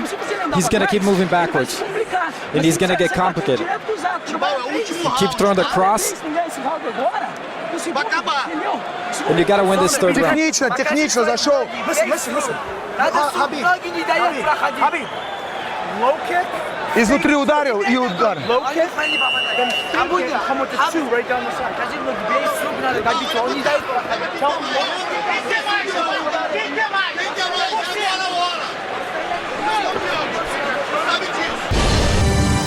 With blistering speed, underrated wrestling, and crushing power, Melvin Guillard is one of the most feared lightweights in mixed martial arts today, and for good reason. But if the young assassin has had an Achilles heel, it's been the submission defense that has faltered in losses to Joe Lozon and Jim Miller. Guillard has vowed that he has sewed up that hole in his knee, but there's no better way to test that than in the octagon. And that's where Fabricio Camoes comes in. A jiu-jitsu black belt with 7 tap-out finishes, the Brazilian standout will prove whether Guillard is ready for life on the mat again. Coming up next, Fabricio Marengo Camoes battles Melvin, the young assassin Guillard.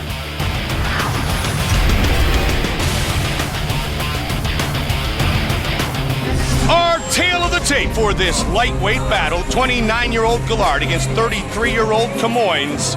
Everything once again very even. The veteran voice of the Octagon, Bruce Buffer. And when the action begins, our referee in charge, Yves Levine. Yves Levine, our referee, for this battle here. You ready, sir? You ready? Fight! And here we go. Camoins in the white trunks. Gillard in the dark trunks. Melvin Gillard as explosive a striker as they come. The exchange leg kicks, a very nice one by Melvin. Melvin rocked Jim Miller early in Nashville in his last fight, but he got caught. It's right there by Melvin.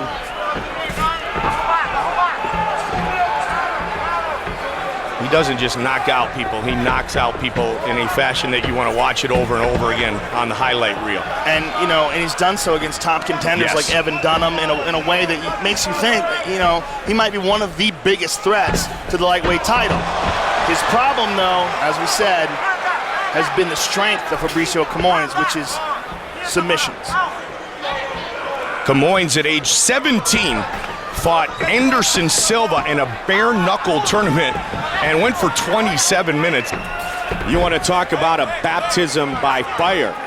Tonight, he has his hands full with the young assassin Melvin Gillard, overhand right, thrown by Gillard. Trying to use the long jab. Little did he know at that time he was fighting the greatest champion in UFC history. 90 seconds into the first.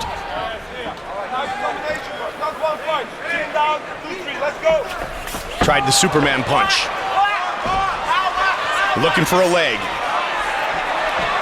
And he gets him down. Right back up is Gillard. Again, he's got a single. Melvin trying very hard to keep this up. Gillard trying to crank the arm, yep. Nicely done. Combination by Melvin. Melvin looks very calm in there, Mike. He used that arm nicely to get free, Joe. Yes, he did. You know, and I think that's a very important thing for Melvin is to stay calm, not do anything too crazy, not rush and get caught as he did with Joe Lozon. Ran into a solid jab by Joe and then was taken down and submitted. It's a very difficult and extremely delicate balance between aggressive striking, which he is known for, and being over-aggressive and getting caught. And like Melvin said pre-fight, Joe, he said, I don't want to stop being an aggressive striker because that's what I do my damage with, and that's what puts fear into my opponents. They know there's the threat of the explosion. But he's finding good balance here early. And here's the shot, stuffed by Melvin. Very nicely done. Pulled guard, though. Look at this. Goes for a leg, slips right out of it. Nicely done. Melvin was a very good wrestler growing up. In fact, it was his wrestling base that helped him to start in the UFC. And Melvin takes him down. Very interesting. Let's see what Camoins can do off of his back.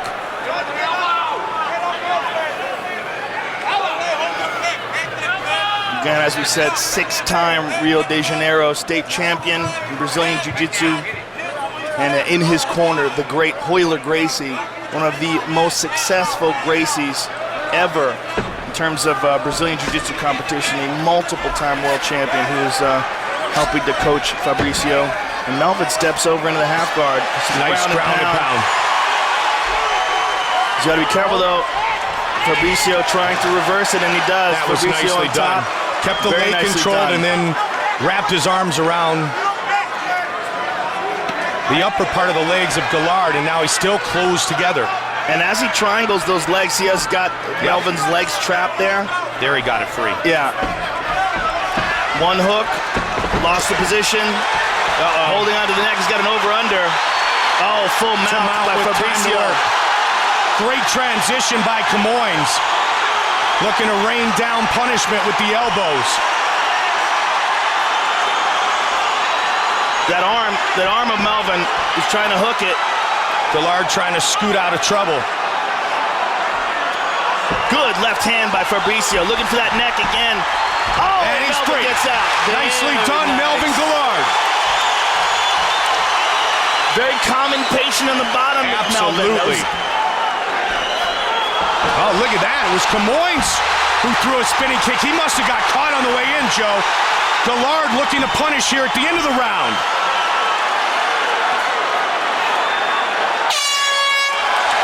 Wow!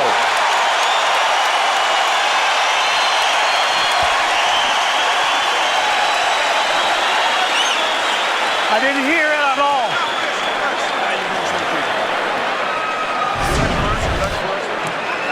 And here we see Fabricio Camoins gets the back of Melvin Gillard, mounts him, rains down some ground and pound.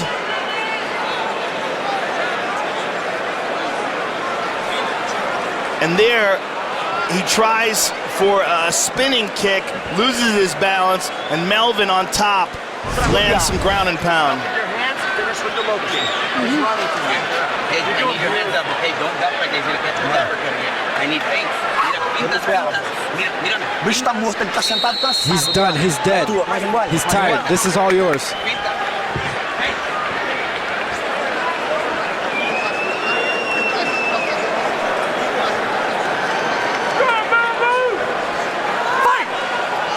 Round two.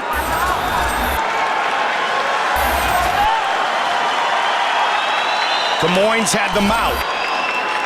Gillard finished on top.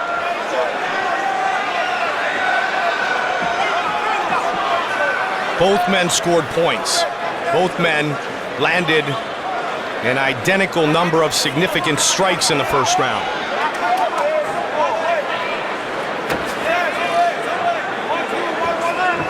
Gillard with that lead left hook. 7 of his 10 victories have come by knockout.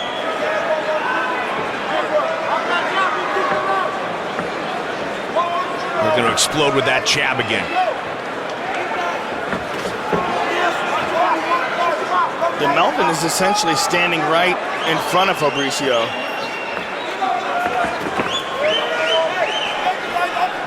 Listen, that's how confident he is with his takedown defense and his striking. And Fabricio is doing the same. How often we've said about Melvin Gillard, if he could put it all together, he would be extremely difficult to defeat. He's extremely difficult to defeat even if he doesn't put it all together. Right? I mean, he's a great fighter. Just if it was easy to be awesome, everybody would be awesome. Yeah, I like it. I like it. 5-fight win streak was snapped in that fight with Joe Lozon that you mentioned earlier, Joe. That's when he was knocking on the door of a potential title shot.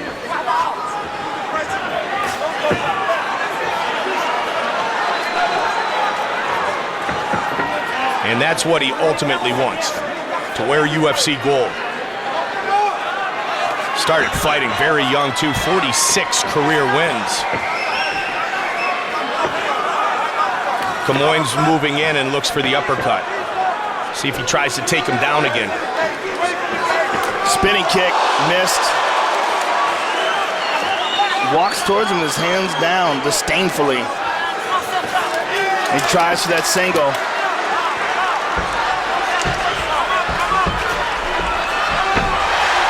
Gillard trying to end up on top. Good defense by Melvin. 6 for 6 with the takedown defense of Melvin Gillard. And Camoins gets him down very briefly. Melvin slips away.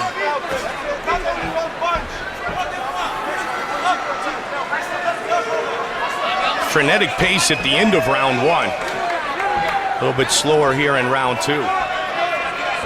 See if Gillard again comes forward with that real stiff jab. Shakes it out.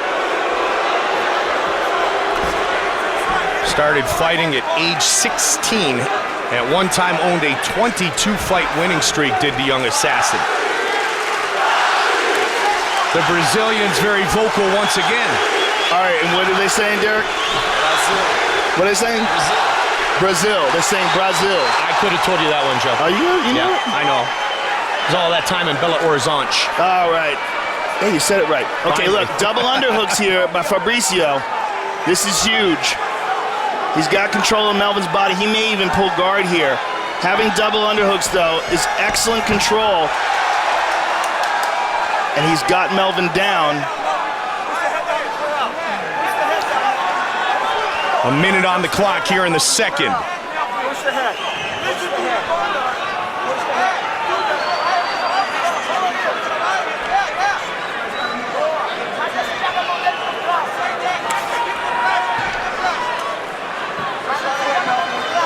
Patient again, Joe.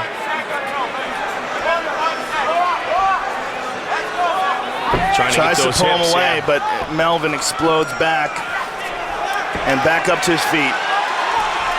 Spinning elbow. And Melvin on top now.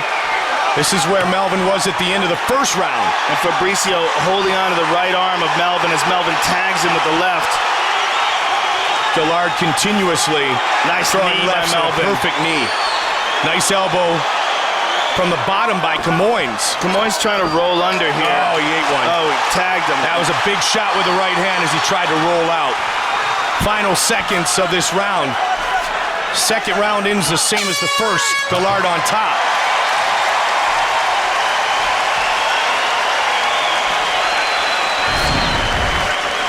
And let's look at that spinning elbow by Camoins. Doesn't quite land, and Melvin winds up on top.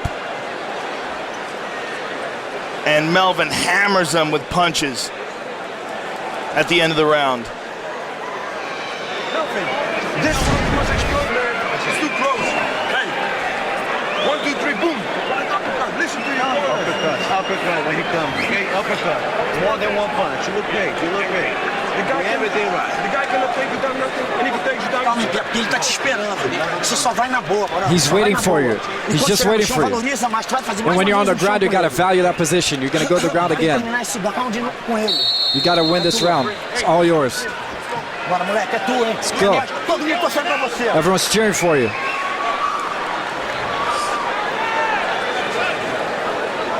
Thank you. Stay in your corner. Fight! Last Third and final round. Fabricio Camoins, Melvin Gillard.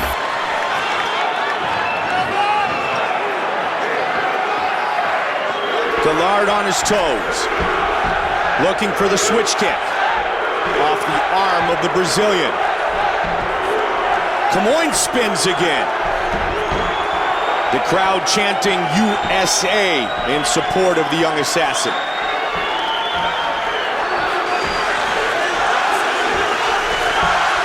Pushing forward. And now the chance of Brazil.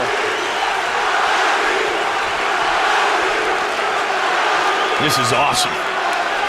Oh! That front kick clipped him a little bit. Camoins pushes forward.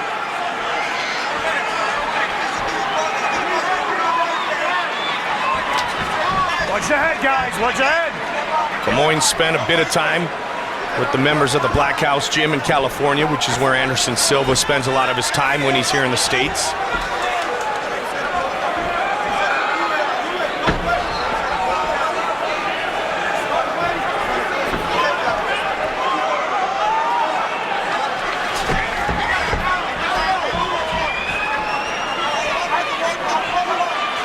Three and a half now.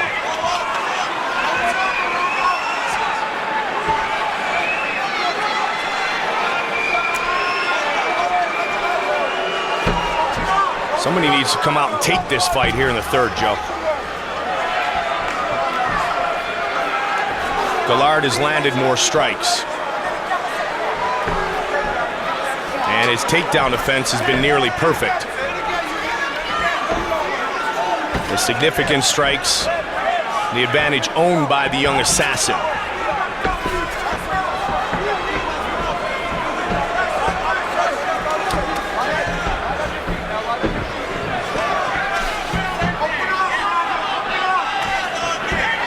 This has been a very disciplined effort by Melvin Gillard. He's got in bad positions and managed to escape smartly. very patient. Fought well and made few mistakes. Got out of the one real dangerous situation when he was mounted early, Joe. He's only been taken down once in the fight. Past the midway point of the third and final round, Camoins trying to push forward. Camoins looking to make it 2 straight wins. Gillard looking for his first in a couple of fights.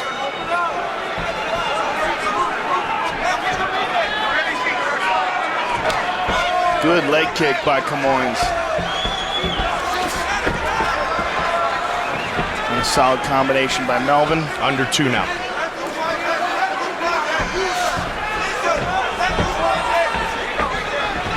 Oh, good right hand by Camoins.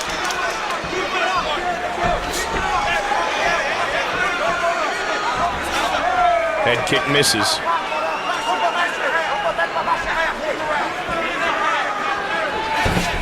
Oh, nice. Drop down for an ankle. Let's see if he can do anything with it. He's going to get rocked here. He goes up behind the leg. I mean, Melvin is so hard to hold on to. He's like a salmon in a waterfall. Man, I'll tell you, and I like how that leg's extended. He comes underneath his own leg to throw the right hand. Try to get his opponent to let go. Either that or eat some punches. Camoins shakes off that combination. Under a minute remains in this fight. Switching his stance momentarily is Gillard. Oh, nice. Got tripped up, but right back to his feet again.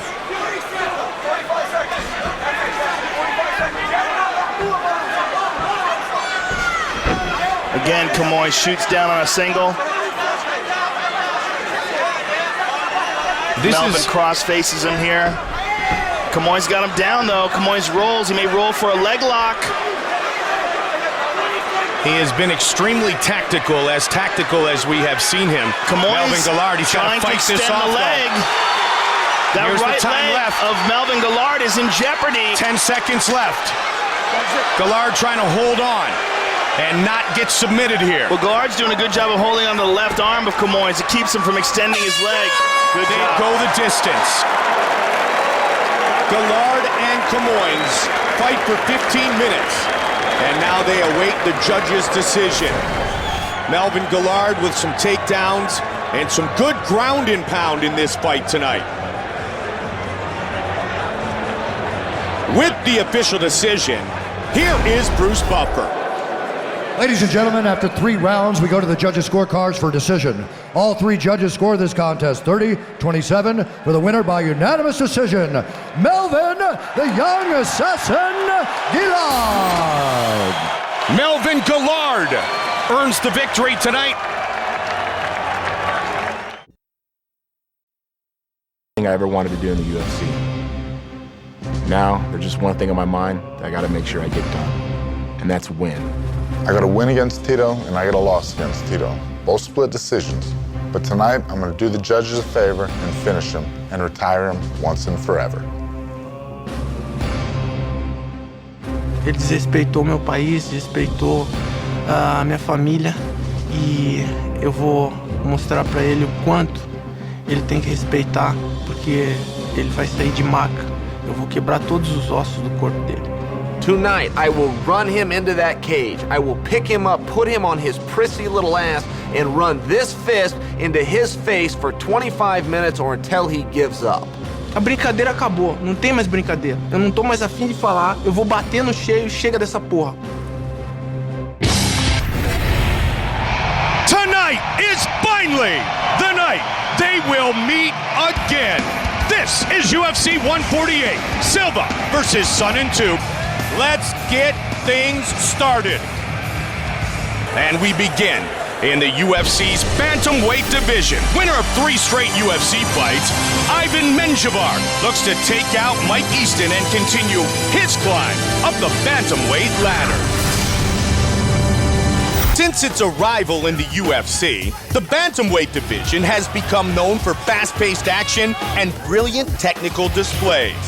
Yet tonight's meeting between Mike Easton and Ivan Menjivar has the potential to raise the bar even higher.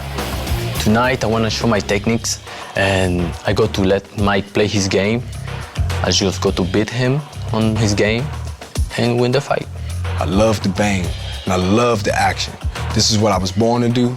This is what I always thought about and what I dreamed about, being in the UFC and being a UFC champ. And he's not going to step in my way. Washington, D.C.'s Mike Easton spent years trying to make it to the UFC. And once he did, his pent-up energy has resulted in Jared Papazian. Tonight, he tries to keep his 7-fight winning streak intact. I'm going to beat Ivan Menjivar tonight by pushing the pressure, pushing the pace, punches and bunches, throwing knees, elbows, takedowns, keeping the pressure on him all night long, looking for that finish.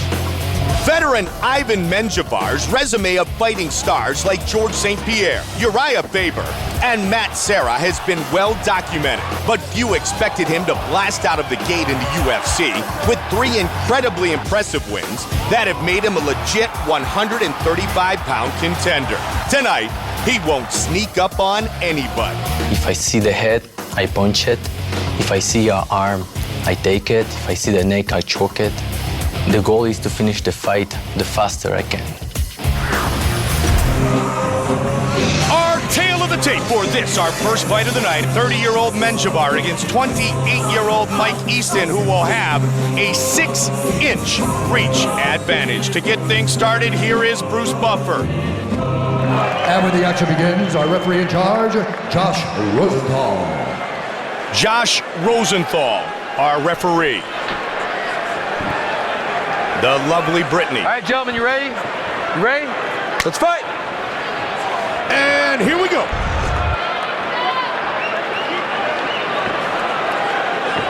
I like how Mike Easton even wears purple tights in homage to the Hulk comic book. Easton in the purple tights and the black trunks, Ivan Menjivar. Both men very entertaining and electrifying strikers, as we see so often here in the bantamweight division. Constant movement by Easton. Yeah, Easton, as we said, will feel a fighter out, look for the openings, take his time, slowly wade his way in. Menjivar with a big swing. And Menjivar will throw all kinds of crazy stuff. He loves to spin and strike and attack. Just missed with a head kick. Easton ducked under nicely.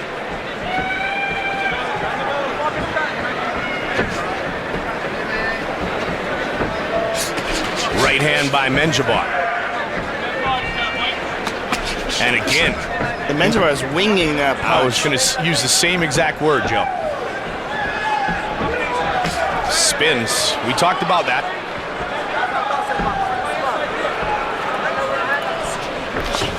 Menjivar, 24 wins in his long career.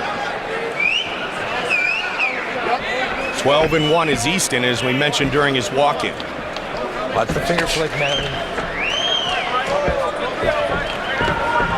Little inadvertent kick, the apology, and the fight continues. Menjivar wings that punch again, Joe. Comes over the top. And Easton won a left hook right back at him. Menjivar might see something. That's why he's coming at that angle with the right hand.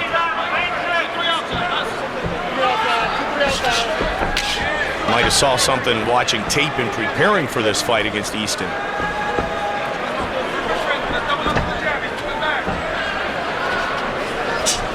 Easton trying to establish the jab and then through the hook.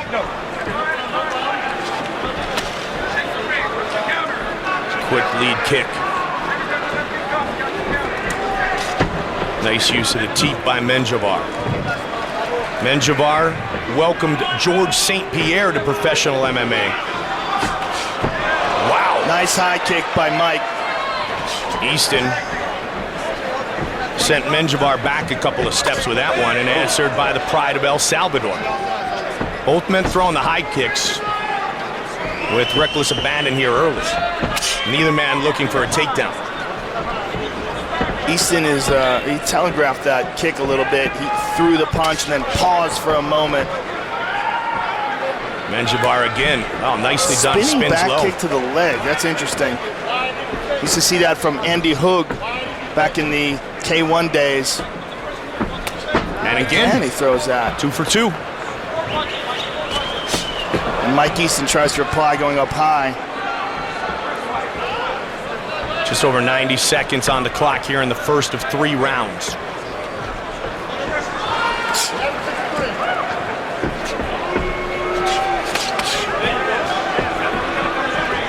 Easton again with that double jab followed by the right hook. But Menjivar retreats nicely. Menjivar right up the middle.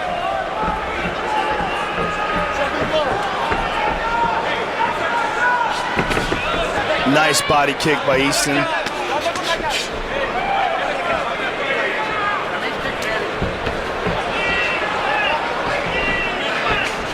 He was looking to spin again. Yeah, he feinted that time. He faked him with that spin to see his reaction. Menjivar is just rifling kicks up high here in this first round. Looking to catch a leg again was Easton.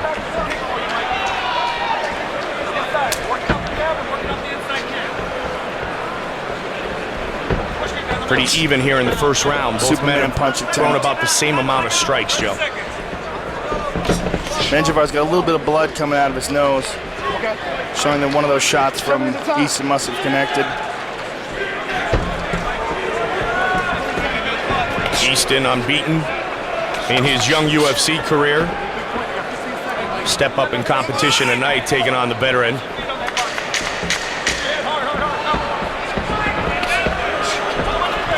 Menjivar. Takedown attempt by Easton. Here late in the final seconds of the round. And it's stuffed. We'll go in the corner of Mike Easton first. Very good, very good. Sit down, relax. Take a deep breath for me. Get some water quick. All right. Lloyd Irvin. Yeah, no problem. But listen, don't worry about the foot right now. Okay. Do the combination in the local. Okay. Do the combination in the local. Okay. Go. Okay, forward that high. You know this. Anytime they move back, they're opening up the range. We have to extend it with a kick. Hey, stay on the fence. You can't spin. And I need your counters off those kicks. Push it back. And here is the high kick by Mike Easton that seems to have done that damage. Very nicely done. Shin to the nose. What's in that clinché avec? Let's go. Hey, you got it in with the combination. MMA, Ivan, MMA. Easton and Menjivar, round 2. The Hulk in the purple. Menjivar in the black.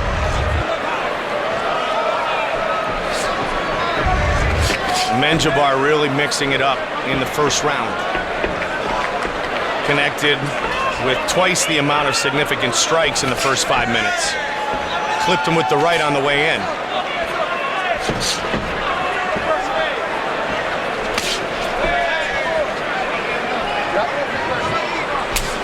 Tried that kick again, Joe.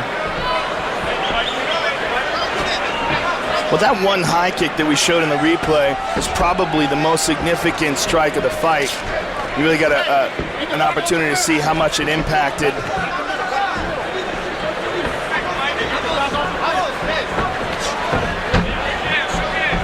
He tries it again.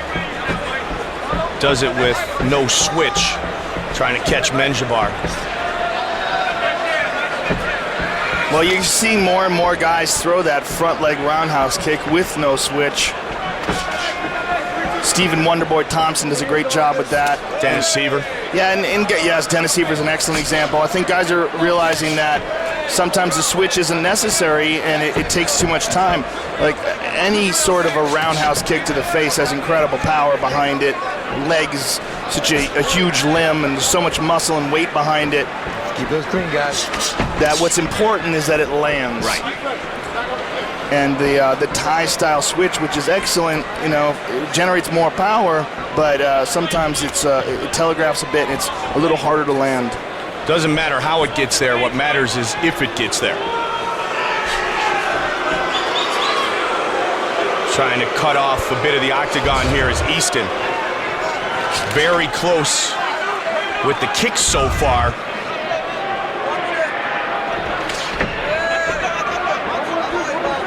Again, Menjivar spins low, spun with a, it's like a heel kick to the thigh. And again, respect to the late Andy Hoog, who really made that kick famous.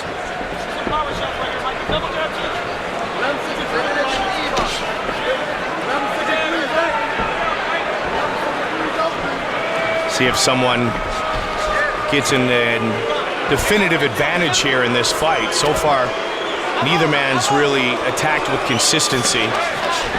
Overhand right by Menjivar. Mike Easton trying to remain unbeaten inside the octagon. That kick checked. Menjivar again wings that big right hand. A great middleweight battle between Munoz and Weidman tonight. The middleweight title is on the line in our main event. The rematch between Anderson Silva and Chael Sonnen. The one thing in this fight, Mike, that's pretty clear is that Mike Easton is the aggressor. And as we've seen earlier tonight, that may be enough to earn him the decision in such a close fight. And the Nurmagomedov fight, that's what got it for him.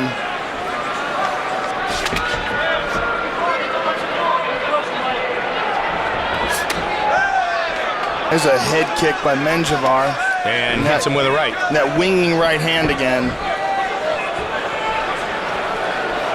And this is about dead even in significant strikes landed. A little bit of a switch on that one. Yeah, Menjivar is just trying to counter, but Mike Easton is so physically strong. He's the one who's pushing the pace, and he's the one who's controlling the center of the octagon and forcing Menjivar back. Just slipping out of the way of that big right hand was Menjivar. And as Menjivar turns towards his right, I was going to say, he's walking into the power kick of Easton. And you can see the welt on the lead leg of Ivan Menjivar. Yeah, but he keeps stepping to his left. And Mike is catching him sometimes in that direction. Oh, good shot. Body shot. Menjivar. Let's keep it clean. With the inside leg kick to try to slow the momentum of Easton there. Again to the body. Beautiful body shots by Easton. This time. I love it. Easton and Menjivar abandoning the kicks and throwing the fist. Flying knee by Easton. There's that right leg kick again. 2 rounds complete.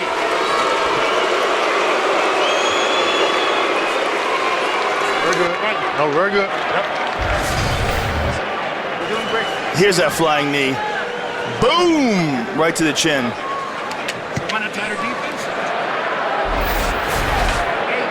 All right, gentlemen, last round. Let's fight. This fight in the bantamweight division still very much up for grabs. Well, I think in that last round, Mike Easton started to turn the tide in his favor with those hard body shots, that flying knee, and his continued aggression, controlling the octagon, and he's picked up the pace even more so in the beginning of this round. There's that right leg kick again. Somewhat like we talked about during his walk-in, Joe. Nice left hook.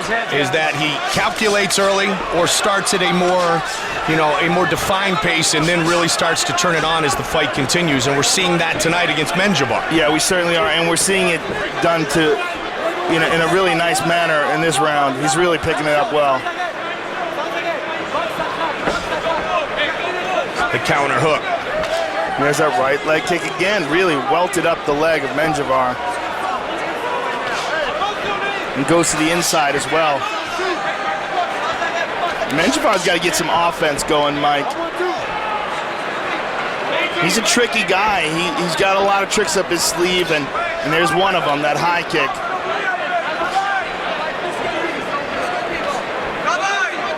But he's having problems with the physical strength and the aggression of Mike Easton. And the technique. This entire fight has been contested standing.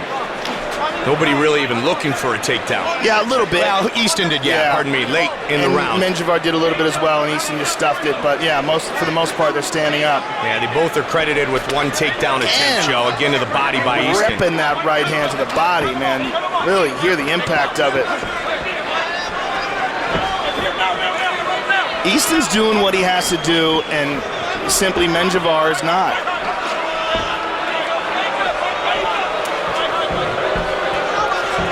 Front leg sidekick. Menjivar known to be a very dynamic striker. He's mixed things up tonight, but it hasn't done much damage at all. Against the Hulk, Mike Easton. Tried to spin, got caught. Big telegraph in that spin. Nicely timed takedown. This is the first successful takedown of the fight. And Easton looking to control and throw down some ground and pound. And you heard Josh Rosenthal tell him, hands off the fence. You're allowed to touch the fence, but what you're not allowed to do is grab it. You can push off of it, but you cannot hold onto it. Ivan Menjivar looking for an armbar, and Mike Easton, a Lloyd Irvin trained grappler. I guarantee you he has some very good jiu-jitsu defense. Black belt in Brazilian Jiu-Jitsu, black belt in Taekwondo, and in Taijitsu. Very well trained, very well versed, very impressive record of 12-1. Hoping to snap the 3-fight win streak of Menjivar. Let's keep that kick clean. Easton's kind of been. That was interesting. Menjivar said he kicked him in the stomach, and Easton said, all right. I think he's gotten glanced a few times, Joe, and finally he's like, enough, man. I shook him off early.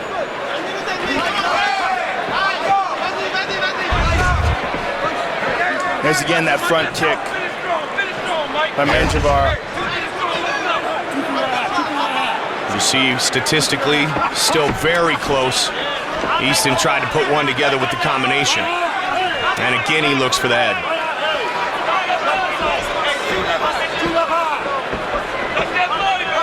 Canadian MMA pioneer, Ivan Menjivar.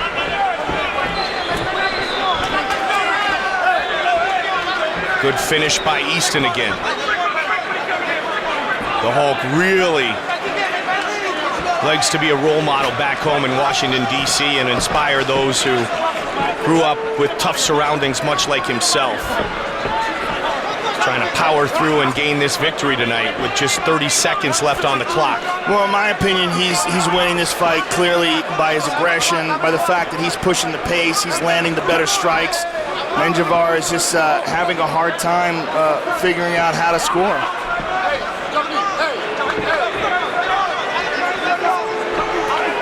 Try the flying jump roundhouse kick. Wheel kick.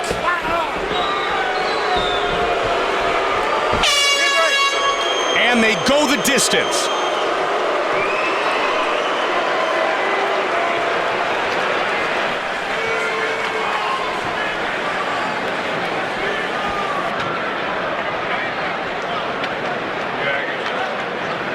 Our fight replay.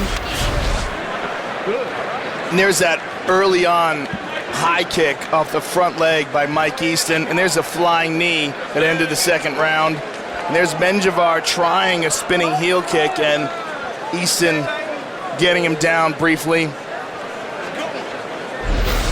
We'll see if it is enough to earn him the victory. He likes the highlights, does the Hulk Mike Easton. Good fight. Good. Technique. Good throw.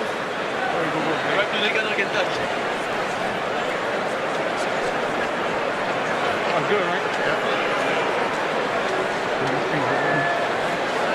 They await the judge's decision Have to go slow, smart, play. as they go the distance. So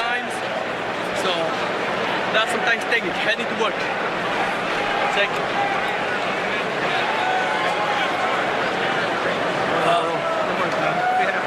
Yeah, baby. Working hard. Eric Del Fiero. DC Mountain, Virginia, baby. You know what it is. Big up. Big up. What up, 36 Minnesota? Clay Church, Simple City, Barry Bonds. He's going to call out the whole country? I think he is.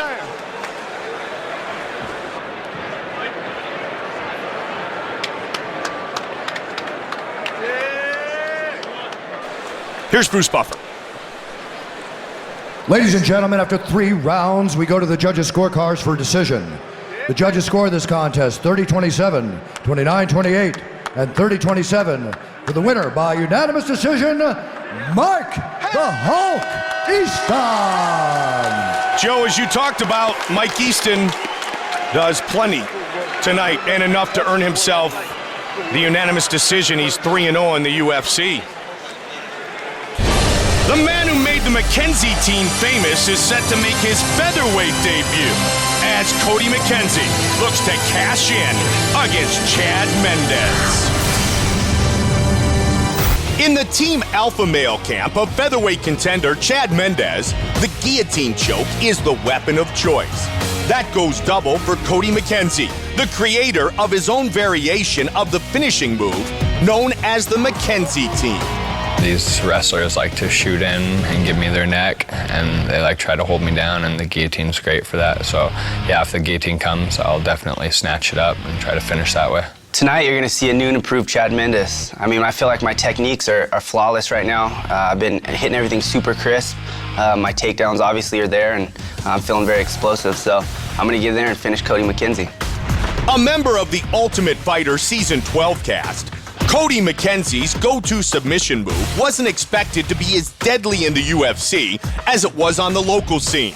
But the two victims of the McKenzie team in the octagon, Aaron Wilkinson and Marcus Levasseur, would politely disagree. When the fight starts, I'm not touching gloves with Chad. I'm not slapping 5 in the middle of the fight. I have one objective, and that's to go to war and to get the finish. Former world title challenger Chad Mendes tore through all his opposition in the UFC and WEC before a loss to featherweight champion Jose Aldo. But the way the Californian sees it, what truly makes a champion is seeing how he responds to adversity. Tonight, Money Mendes begins his road back. Every time I train for a fight, I train to finish my opponent. You know, Cody might be taller than me, longer, and have the McKenzie team, but I'm gonna get on the inside, I'm gonna use my speed, my athleticism, and I'm gonna finish him tonight. Our tale of the tape for this featherweight fight. Mendes, 3 years the elder of McKenzie, who is 6 inches taller and will have a 6-inch reach advantage. Here is Bruce Buffer. And when the action begins, our referee in charge, Steve Mazzagatti. Steve Mazzagatti will be our referee, the beautiful Ariani. Brittany, our entire crew, here tonight in Las Vegas. Here we go. McKenzie, 6 inches taller. Nice knee to the body by Mendes. Closing in quickly, Mendes. Mendes in the red and black. For Cody McKenzie, the southpaw. I like how Cody keeps his chin down and utilizes that long reach with his jab. He did, Cody McKenzie, spend some time. Nicely done, and he rocked him. He's going to finish it right here. It is all over. Caught the kick. Straight right hand, and Chad Mendes wins. Wow. Just like that. That's textbook, Joe. Wow. Catch the kick, counter with the right. Game, set, match. Joe, let's take a look at our fight replay. Caught him right to the body, Mike. And then hammer fist for the finish. Let's see that one more time. That is really impressive. Let's check this out. Right to the solar plexus. Perfect placement of that punch. Chad Mendes, impressive. And one more time, we get to see that. Boom.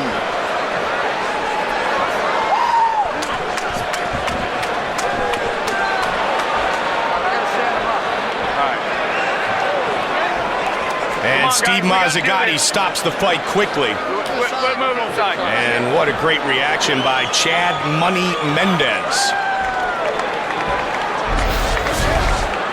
heavy body shot leads to the victory. Here is Bruce Buffer with the official decision.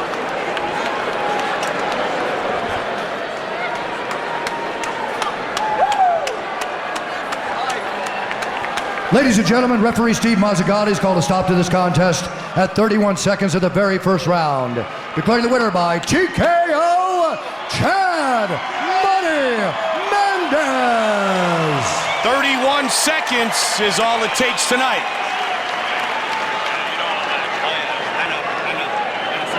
And Money cashes in. I'm here with the winner, Chad Money Mendez. First of all, Chad, congratulations on a quick and vicious stoppage. You caught it with a perfectly placed punch to the solar plexus, and that's really all it took. Hey, man, we knew that was something that was going to work against Cody. We were hoping anyways, and it's something we worked a lot on in our camp, so it feels awesome to get in here again, guys. Thank you so much.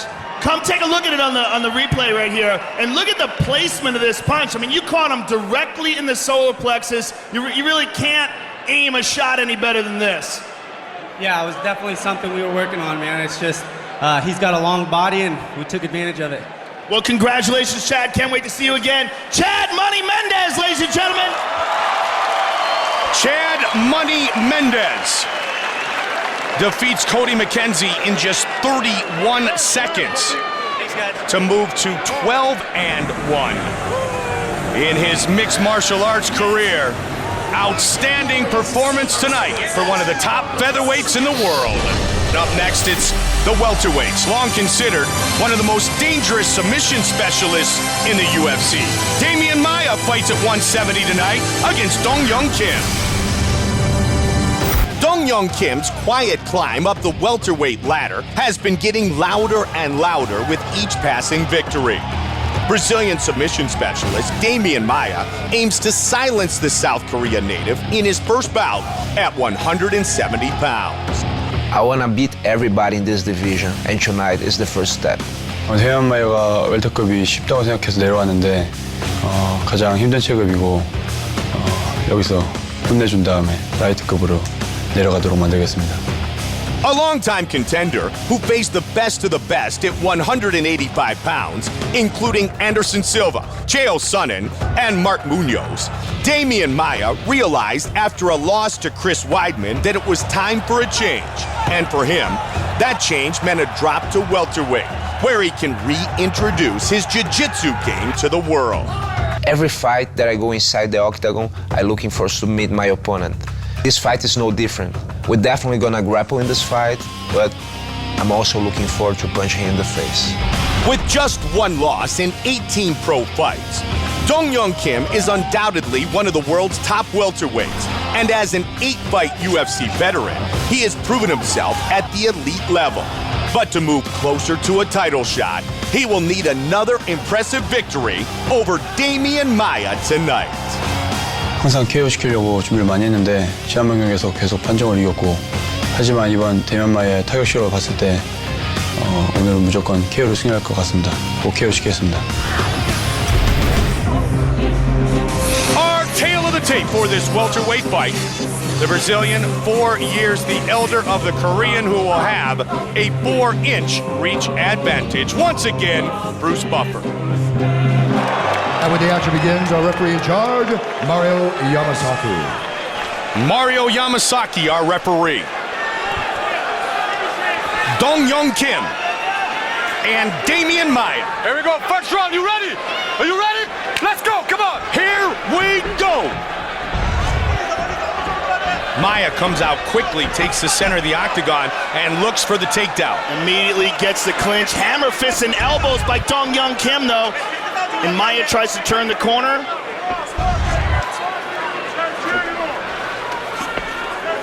He's got his back. This is not good for Dong Young Kim.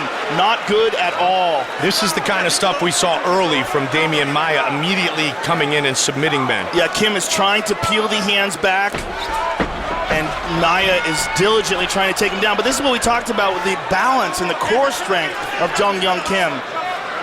Incredibly difficult to take this young man down, but Damian Maia does it and mounts him.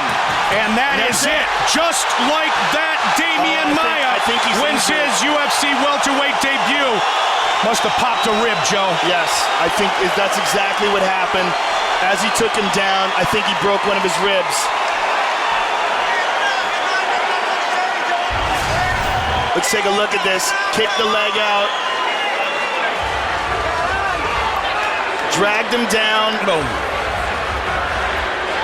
Punched him. It's really interesting. I'm not sure who called the fight. Whether it was it could have been just the act of dragging him down there might have snapped one of his ribs. It's weird how Damian pulled. I guess Mario, maybe he said something verbally. It's really hard to see, but it seems like Damian took him down, punched him a couple of times, and then just stopped. Let's see here. Damian's got the one hook. Drags him down. As they go down, something must have broken. We'll try to find out right now. We'll take another angle at it right here. See if we can see the impact on the ribs. He's holding his rib right here. And then, yeah, it may very well just be the impact of Maia's weight on Dong Young Kim. That pops the rib on the right side of his body. And earns Maia a quick victory here tonight. Here's Bruce Buffer. Ladies and gentlemen, referee Mario Yamasaki's called a stop to this contest at 47 seconds of the very first round, declaring the winner by TKO, Damian Maia. Maia wins for the 10th time in the UFC. Here's Joe. I'm here with a very happy Damian Maia. First of all, Damian, what was it like cutting down to 170, and do you think that this is the weight class we're going to see you compete from now on? That's for sure, you know. In one point, I thought, that's easier than 185, and I told that to Dana. Dana was looking through me like, what? But, you know, I did well. You know, I did a very hard diet, and it was good, it was perfect. Now, the results were obvious. Dong Young Kim is notoriously difficult to take down, yet you were able to take him down. It appears that he was injured somehow or another, broke a rib or something on the way down. Is that what happened? I didn't understand. I was in his back. I train a lot this position because I know he's a judo guy. He tries to throw, hip throw. So when I took him down, I was trying to go to his back, but he fell weird on his neck. So, you know, then he was hurt and then we stopped. Well, congratulations on your victory, and we look forward to a successful run at 170 pounds. Thank you, Joe. Thank you very much, everybody. And I want to say a big, you know, I love Pietra, my daughter. She born a year and a half ago. And I love her. I love my wife, Renata. Thank you very much, guys. Damian Maia, ladies and gentlemen. Such a classy competitor. Unfortunate injury to Dong Young Kim early. Maia wins in just 47 seconds in his first fight at 170. Focused and motivated like never before, the Predator Patrick Cote is back and looking to victimize spectacular striker Cung Le. Tonight is a homecoming for Patrick Cote, who returns to the octagon after a nearly 2-year absence. Striking wizard Cung Le is not the sentimental type, though, so expect to see the former Strikeforce champ pull out all the stops in order to secure his first UFC win. I'm happy Patrick Cote is back in the UFC, and I'm going to welcome him back with my shin bone to his face. This fight is going to be a spectacular fight for the crowd, for the fans. It's going to be amazing, but at the end of this fight, I'm going to be the winner. A man who has fought in the UFC at various times since 2004. Battling it out with Tito Ortiz, Anderson Silva, and Kendall Grove, among others. Patrick Cote always earned his stripes night in and night out. Tonight, following 4 consecutive victories on the local circuit, he's back and ready to impress. I ain't scared of anybody on my feet at 185 pounds, especially Cung Le. He's tricky, that's it. I'm gonna push the pace and close the distance and knock him out. Perhaps the most dynamic middleweight striker since Anderson Silva, Cung Le mixes style with substance for an unbeatable package that is as effective as it is thrilling. But for a competitor like the 40-year-old Le, his storied career will not be complete until his hand is raised in the octagon. My professional fighting career is missing one thing. It's the UFC win. And I'm going to go in there tonight and beat up on Patrick Cote and get my win. Our tale of the tape. Cung Le, 8 years the elder of Patrick Cote, the Predator will have a 5-inch reach advantage. Bruce Buffer.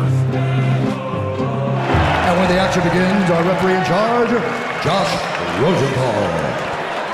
Josh Rosenthal, the referee for this middleweight fight. Patrick Cote and Kung Lee. You ready? You ready? Let's fight. Here we go. The southpaw, Kung Lee in the dark trunks. Blue trunks for Cote. Got the nice takedown. On his back, he'll look to get back up. Showcases the wrestling of Kung Lee. Kung Lee is not just a striker. That sand shell background makes a big difference.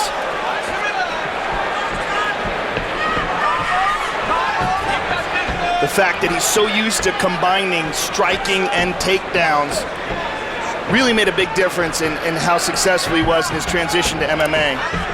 The one thing Cote said coming in is that he wants to pressure Kung Lee and not allow him to pick him apart. The way that Kung Lee did early against Vanderlei Silva, constant pressure. Early on, getting thrown on your backside doesn't help though.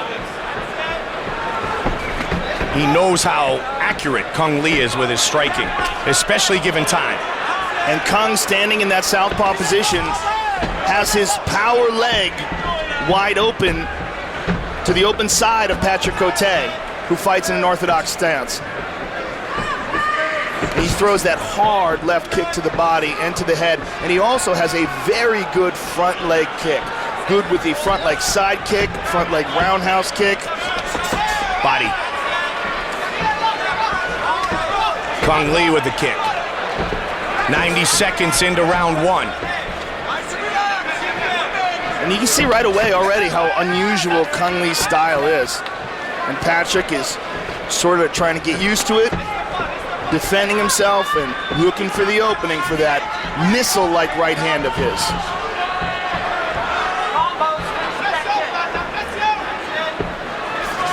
Looking for the right hand, not once but twice. See there's that front leg roundhouse kick, no switch, just picks it up and throws it. Answer. And Patrick Cote lands one of his own. Very nicely done by Patrick. And it's nice to see Patrick, again, mixing things up, not just throwing the right hand. Throwing kicks, throwing the left. Cote pushing forward now. That's the pressure we talked about. 20 plus months out of the octagon. Look for the takedown.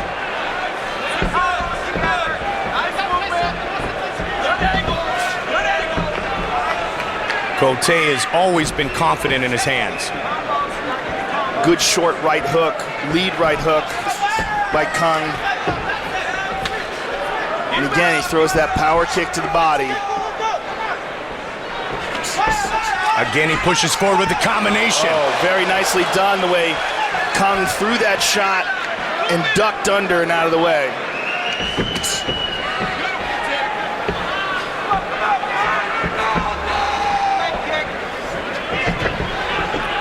Patrick is allowing Kung Lee to relax, Mike. Which is what he did not want to do. And there's that front leg side kick that we talked about. He's allowing Kung Lee to find his rhythm. And it could be that Patrick is just looking to time him and throw a counter, but it's not what he said he wanted to do going in. But that said, things change once you get in there. Yes, and the awkward style, the unorthodox style of Kung Lee, hard for anyone to get used to. He got clipped by a left hand coming in right there. And there's that front leg side kick. Note how he pushes away with it, Mike. He uses it to get out of the way, almost like a teep. Yes. Uses it as the foot jab. Yeah. Well, he uses it to try to create space. It pushes off and away, and then he steps back with it. It's a very underutilized technique, the front leg side kick. And there's that power kick to the body. Trying to push forward. Cote has a ton of respect for the striking of Kung Lee. Front leg side kick to the thigh that time. Again, using it as a defensive weapon to keep your opponent away. Patrick seems to be a little bit puzzled by the distance. He's trying to get his timing and rhythm down. You can do everything in your power at training camp to try to bring a southpaw in who can emulate the style of Kung Lee. The reality is there are very few in the world who can emulate the style of Kung Lee. Yeah, you can find a guy who's a really good kicker like Kung, but you're not going to find a guy who's as good a wrestler and a kicker together. Really hard to find.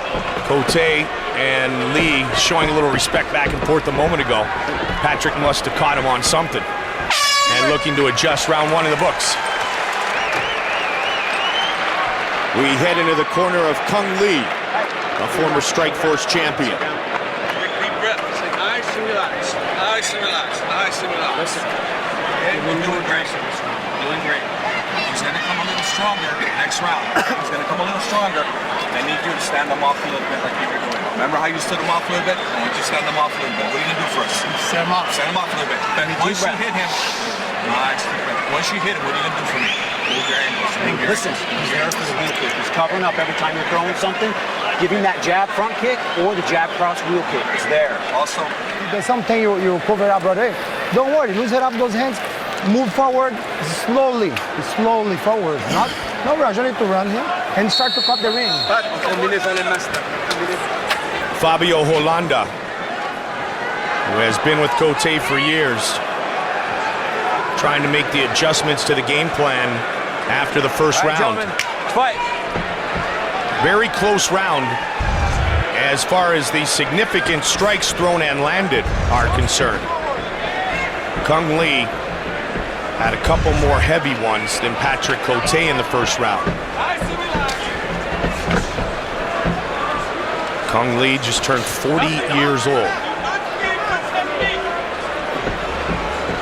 Cote trying to find his rhythm here early in the second round. Moving forward. Kung Lee with the right hand.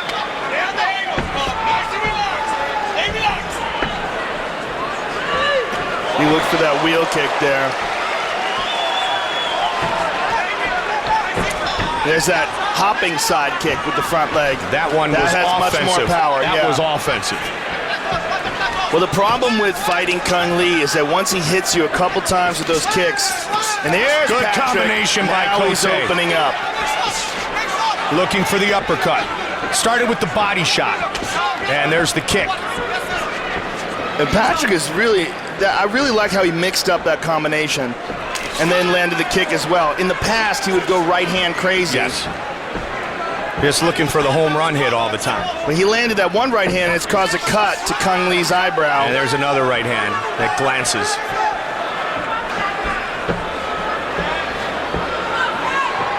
Cote has Lee's attention now. He certainly does. And both men are cut, Joe. Oh, that was big a right nice hand shot. to the jaw. Wow, where's the blood coming out of Patrick Cote? Looks like it's coming off the side of the head of Cote.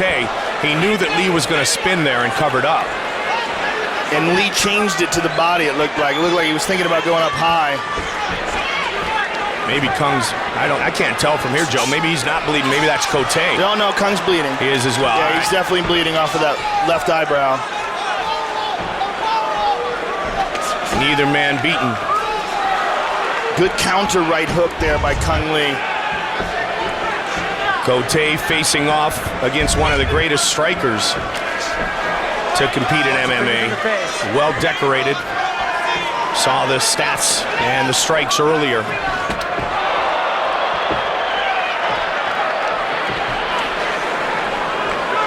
That spin is keeping Cote from being able to pressure Kung Lee. The spin and the utilization of the teep in many different variations. Past the midway point of this fight, second round. Well, Kung doesn't really throw the teep. He throws a front leg side kick instead of it. Yeah, using it almost as a teep, as you had mentioned earlier. Yeah, the better thing about that, as opposed to, especially with his style, is that it keeps the head much further away. Has more power too, doesn't it? Yes, it does. But, it's Cote pushing forward. Nice leg kick as well by Cote. Good combination. This is what the kind of fight that Cote wants. This is the talk of pushing the pace and not allowing him to get settled and get set up and do damage.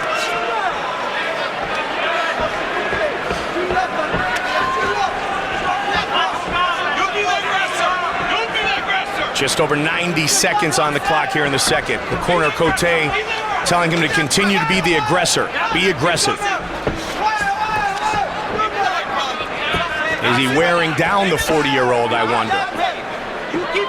Well, that's what happened in the fight with Vanderlei, Yes. and Kung Lee has worked very hard and very smart, he said, to make sure that that didn't happen in this fight. He felt like when he trained for the Vanderlei Silva fight, he spent too much time sparring with bigger, stronger guys, got beat up a bit, did a lot of sparring with King Mo Lawal, who is a very strong light heavyweight contender.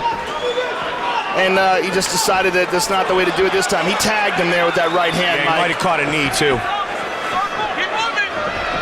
Cote pushing forward again. Cote looking for the knee, wants to clinch. You know, he felt like this time he didn't beat himself nearly as much in training, get beat up nearly as much in training, and just is healthier overall heading into this fight. That said, Father Time is a bitch and he beats us all. Body shots and an uppercut. And again. Good shots there by Patrick Cote. 20 seconds on the clock. Cote looks up at the big screen to see the time remaining in this round.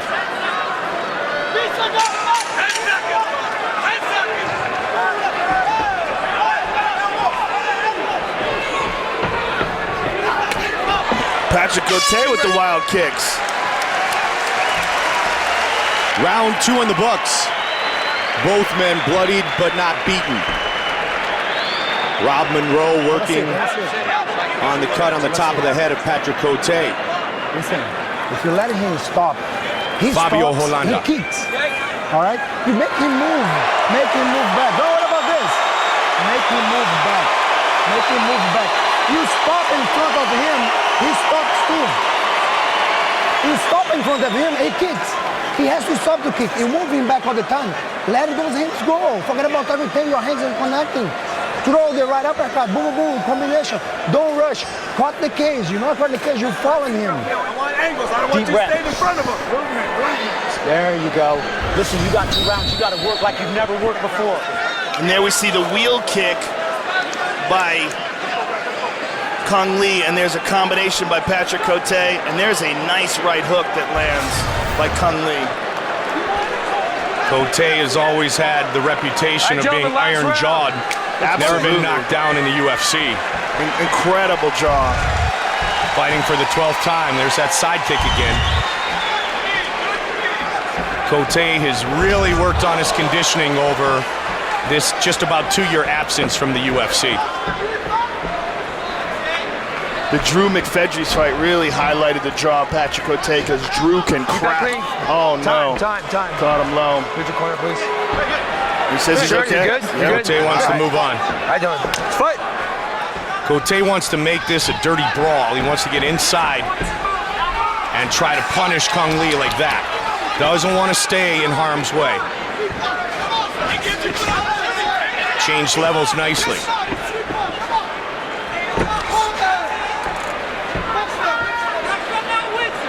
Had a feeling this would be a striking battle, and it has been. Trying to control with the clinch.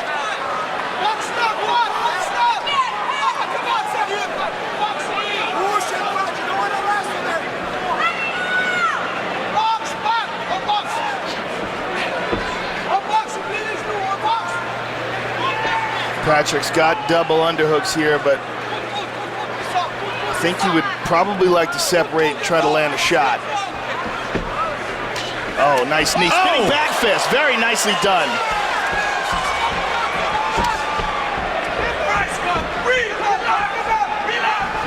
Kung Lee looks to spin. Cote saw it. Finds the cage.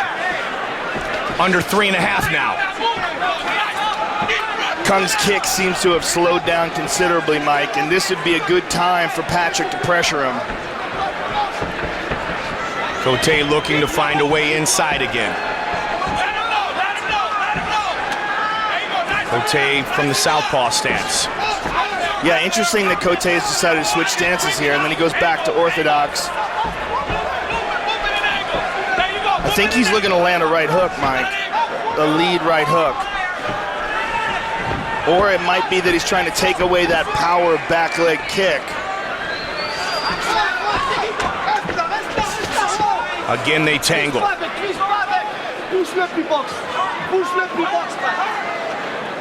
See if he can rough him up and wear him down.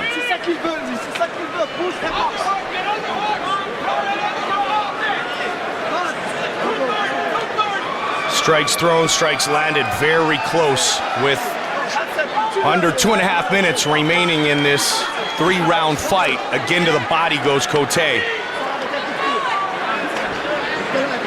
Keep those knees clean, Kong. Looking for the trip. Oh, he gets him. That's huge. Right back up though is Cote. And now Cote wants the takedown. Look at this.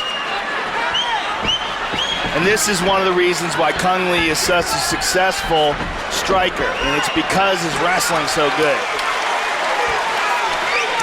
We saw that earlier tonight with Costa Philippou. You want to get good at striking inside the octagon in MMA, you got to get good at wrestling. Something that Hall of Famer named Chuck Liddell did. Absolutely. Perfect example. Just over 90 seconds remains in this fight. Good right hand there by Kung Lee.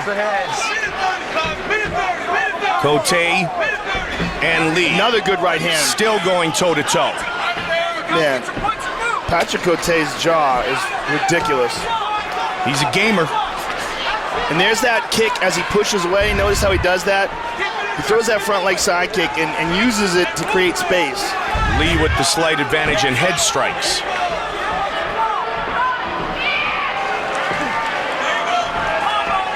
One minute remains. There's that power left to the body. And a good right hand over the top by Kung Lee.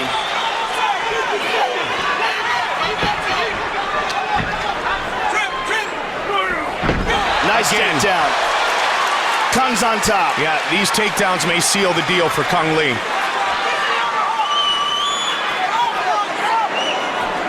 Three takedowns for Lee in 4 attempts. Cote trying to work his way back up. Good elbows from the bottom.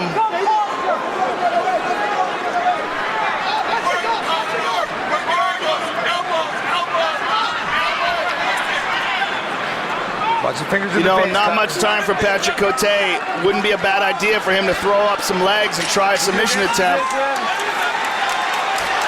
Final seconds of this fight. Kung Lee looking for his first UFC win. They go the distance.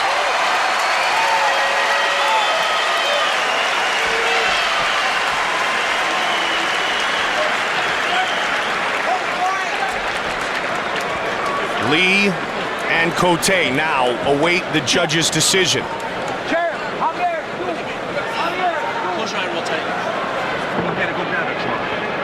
Joe, let's take a look at our fight replay. And there's the power kick to the body by Kung Lee, followed by a right hook. And there's a wheel kick. Landed right around the ear, partially blocked by Cote. And there's a high kick, also partially blocked. And there's Patrick Cote landing a nice combination. And another one.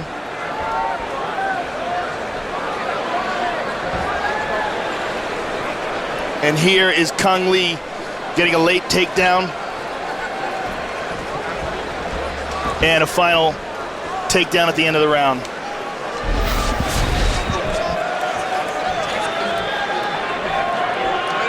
Such a great competitor, a veteran of combat, saying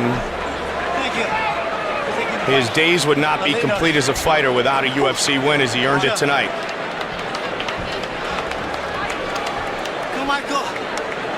His 3 boys watching Dad go to work against the Predator. And now with the official decision, here's Bruce Buffer. Ladies and gentlemen, after 3 rounds, we go to the judges' scorecards for decision. All 3 judges score this contest 30-27, declaring the winner by unanimous decision, Kung Lee! Kung Lee wins in the octagon for the very first time.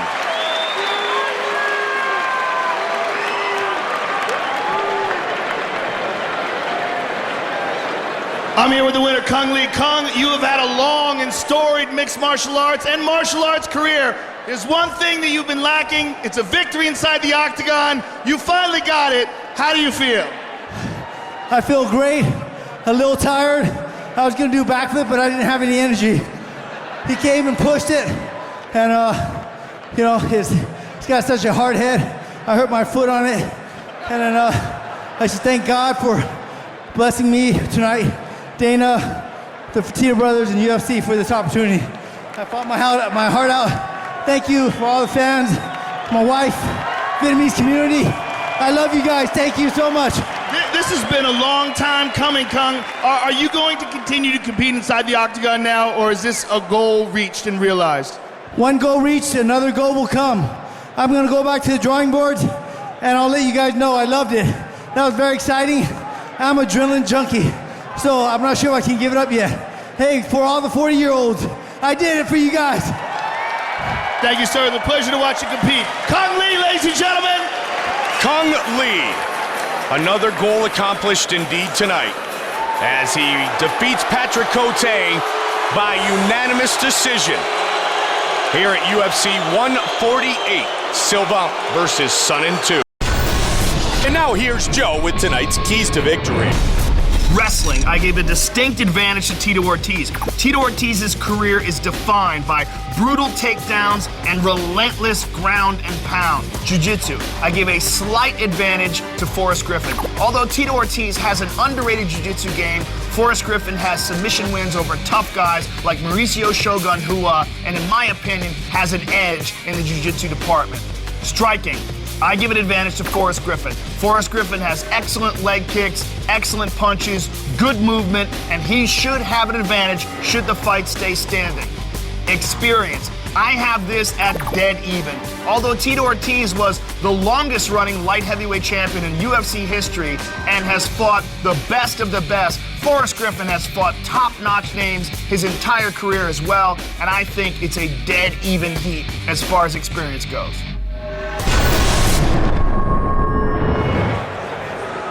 It's a battle of former champions and legends of the octagon as Tito Ortiz and Forrest Griffin meet for the third time.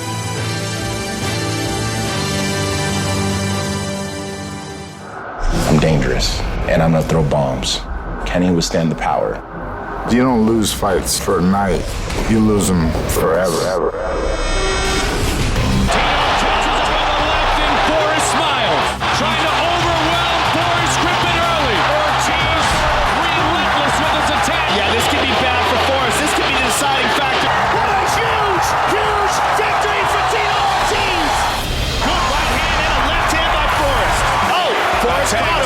Forrest kicks are lethal. He's wobbly right now. Total domination by Forrest Griffin. Forrest!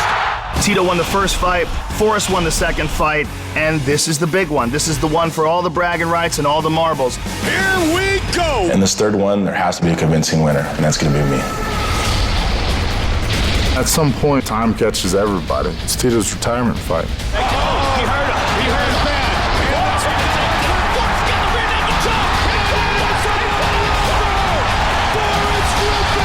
I hope he's ready for a war. That's a solid guillotine right. That is deep.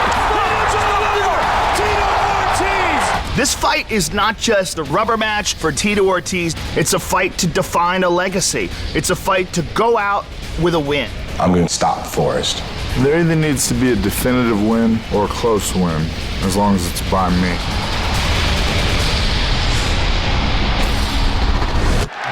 Our tale of the tape for this light heavyweight fight, 33-year-old Griffin against 37-year-old Ortiz. Forrest Griffin will have a 3-inch reach advantage. Once again, the veteran voice of the octagon, Bruce Buffer. Ladies and gentlemen, this is the co-main event of the evening. And now, this fight is 3 rounds in the UFC light heavyweight division. Introducing first, fighting out of the blue corner. This man is a submission fighter, holding a professional record, 17 wins, 10 losses, 1 draw. He stands 6 feet 3 inches tall, weighing in at 204 pounds.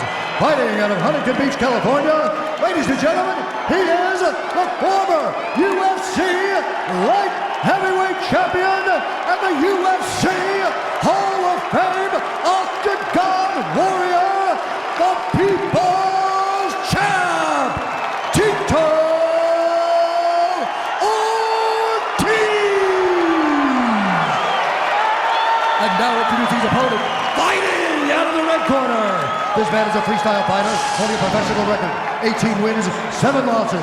He stands 6 feet 3 inches tall, weighing in at 204 pounds. Fighting out of Las Vegas, Nevada, he is the former UFC light heavyweight champion, Forrest Griffin!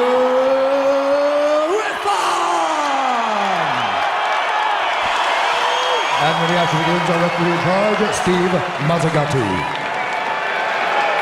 All right, gentlemen, this is it. Give us a good, clean, fair fight. Obey my commands, protect yourself at all times. Now hook them up. Split decision for Tito in 06. Split decision for Griffin in 09. They settled the score here tonight. All right, gentlemen, now bring it on. Come on. Here we go. The Huntington Beach bad boy in his trademark flame shorts. Red and white for Forrest Griffin. He's already thrown 2 leg kicks. Got caught with a right hand. Ortiz working his striking with Jason Perillo, one of his longtime friends and mentors. Forrest throwing a lot of kicks right off the bat, Mike. I like how he ducked under that right hand, and another kick.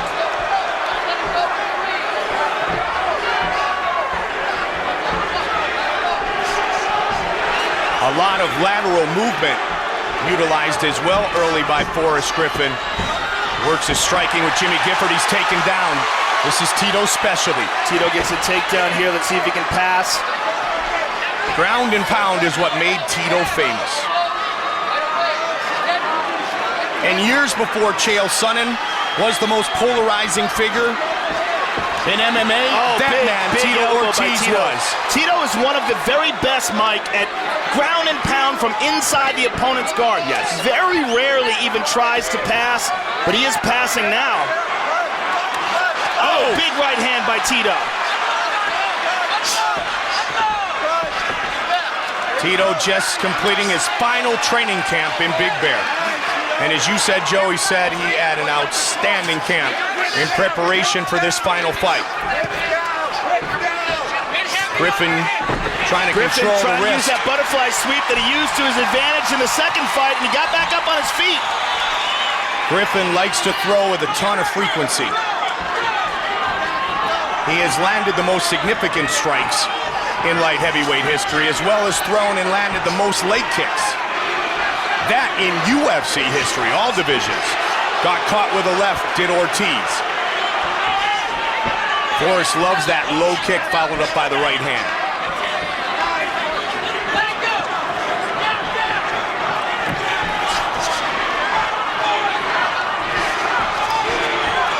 Tito with 15 career wins, tied for 3rd all time. One behind Couture, Liddell, and St. Pierre. Matt Hughes, the all-time leader with 18 wins. Midway point of round 1. Tito goes high with a kick. It's a small cut on the forehead of Ortiz.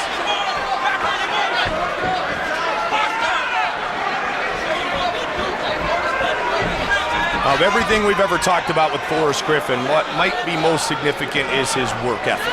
That was a very nice leg kick that he just landed, Mike, as well as a nice uppercut there. Tito takes a long shot from the outside. Forrest attempted there for a second, thought about a submission, and pulled out of it. Randy Couture said there was a time they had to literally throw Griffin out of the gym where he would have stayed and trained 24/7.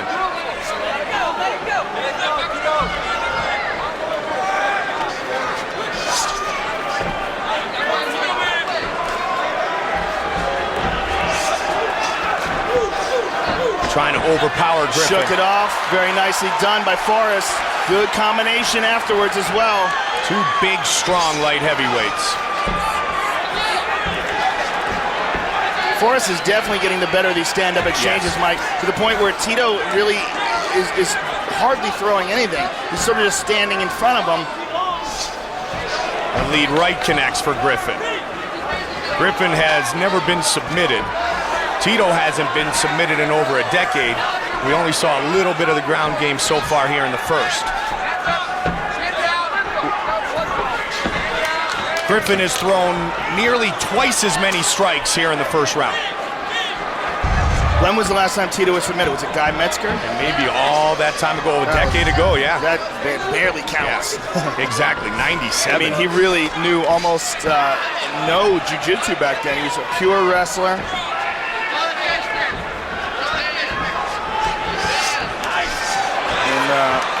That was his first appearance in Augusta, Georgia. Then he avenged that loss, and then the feud with the Shamrock started. Final seconds of round one.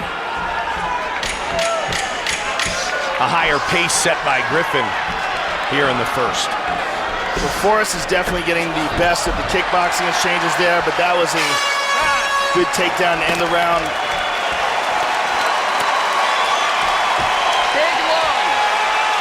Big lung, baby, you're fine.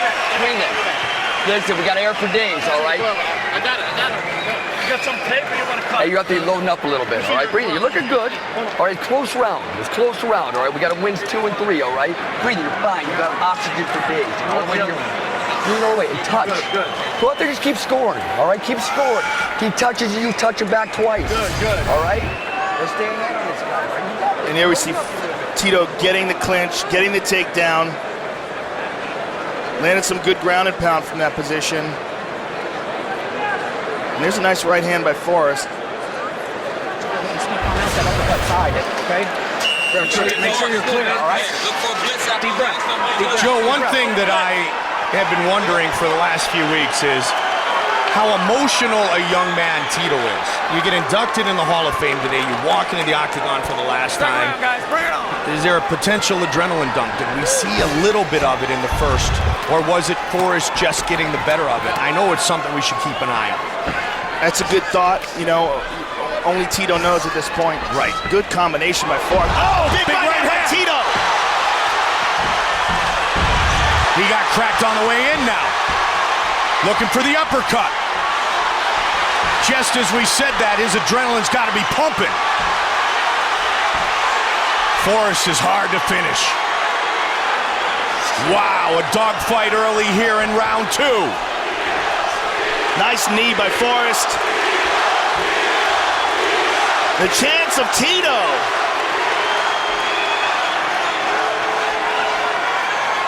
If indeed his cardio is in question, he just threw a lot of strikes early. That's a very good point.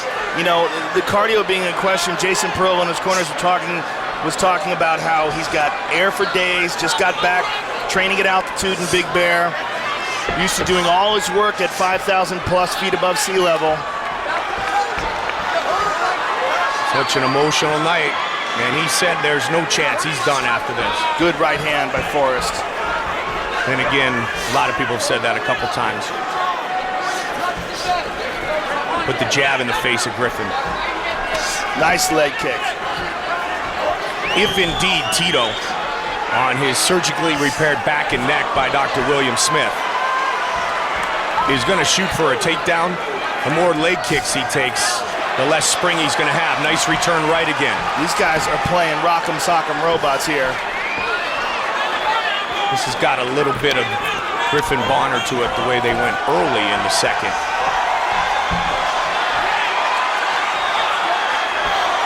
Another right hand by Ortiz. Tito wants to go out on his sword. He wants to leave it all in the octagon. Now the chance of Forrest. 2 former champions going toe-to-toe here in the second.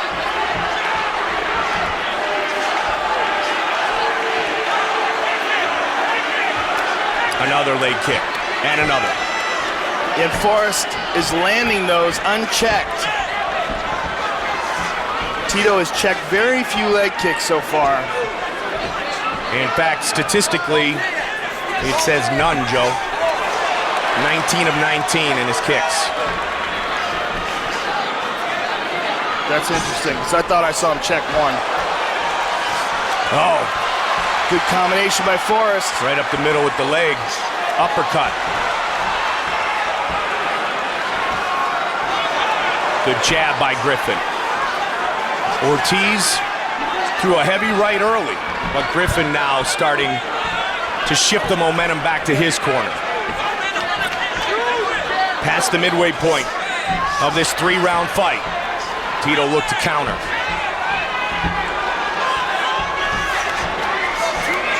Body head. Good left by Tito there. Oh, nice right. And Tito may very well be exhausted from that initial barrage that he started off the round with. That and the emotions of this fight. Good right hand by Forrest.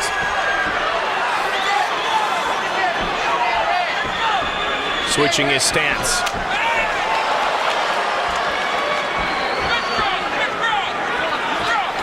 I'll make you go back and fight orthodox.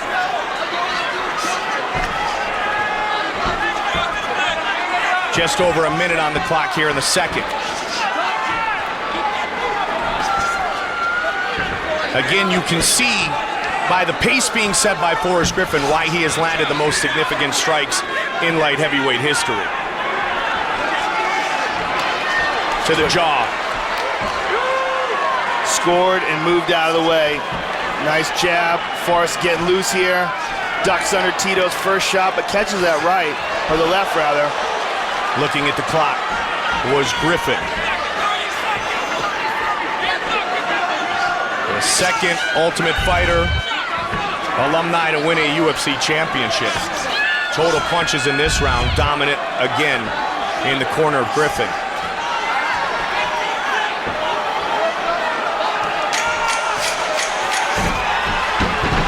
Tito goes for the takedown.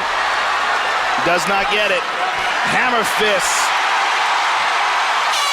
And round 2 is complete.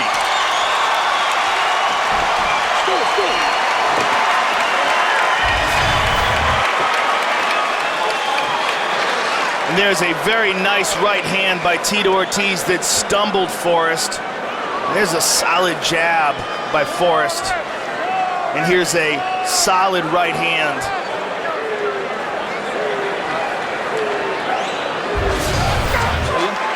Straight punches. That jab is working great for you. Can you feel that? Yes, sir. Feel that jab is working good. You're putting that 2 behind it really well. Now let's mix that up sometimes with that 1 and throw that uppercut, because he's got a hitter on you. Okay, so you get that uppercut. Mike You take Pyle this in the third round, corner we've of got Griffin. this fight. You understand that? There's hey, might as Jason well make Perillo. it big pressure for your last fight. 5 minutes. Give him your last go. This is your last go. Touch him all day. 5 minutes remains in a career that began a decade and a half ago. And that has placed him in the Hall of Fame. Third and final round. Nice leg kick. How much does Tito have left?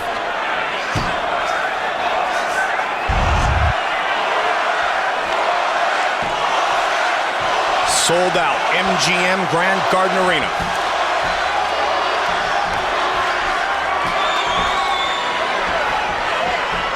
So the only ones that Tito's been checking, Mike, are the inside leg kicks. It's the outside ones that have been landing cleanly.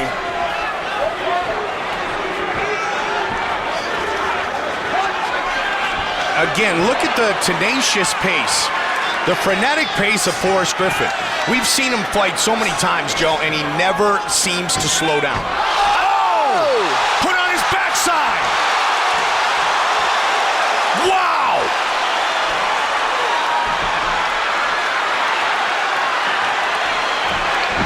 Tito on gets a top! takedown.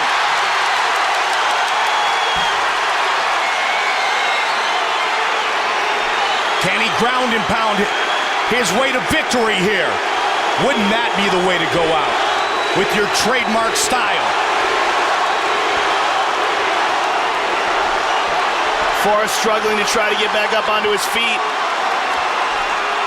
Tito, as you said, doesn't mind working inside his opponent's guard.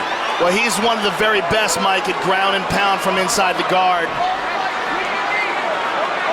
Brutalized many an opponent from that position, and was so confident of his submission defense that oftentimes he didn't even bother trying to pass. Forrest trying to keep wrist control on Tito, but loses it. trying to scramble to get back up to his feet. Tito holds the top position. Forrest with a butterfly sweep.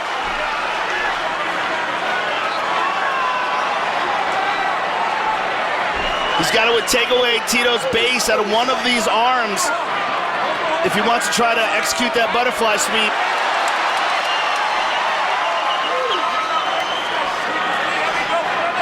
He pushes again, gets some separation. And Tito right closes the top. distance again. Forrest looks like he's going for it. Kimura loses it.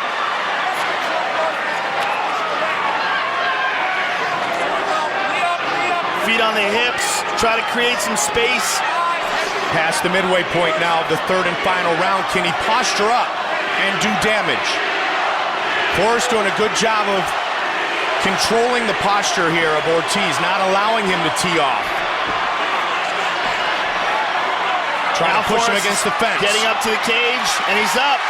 And the crowd goes nuts. Now the question is, how tired is Tito now from this?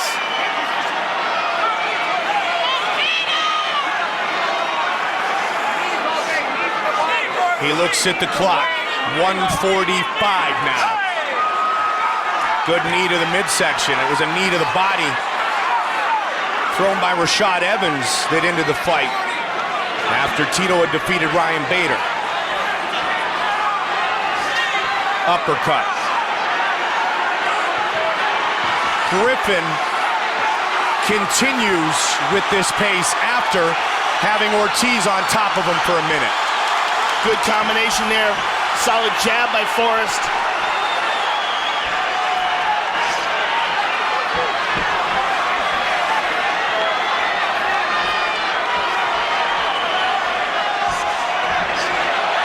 Good right hand by Tito. 60 seconds left in the Hall of Fame career of the Huntington Beach Bad Boy.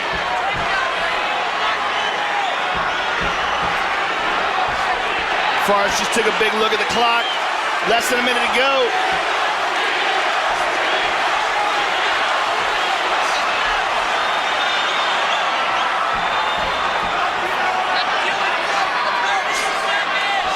Tito with the right hand counter again. 30 seconds. Does he have one last burst left?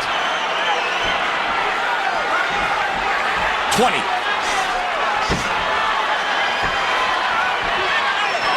15.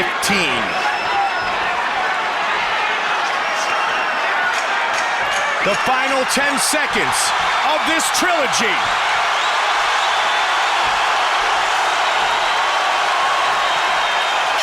They swing to the finish.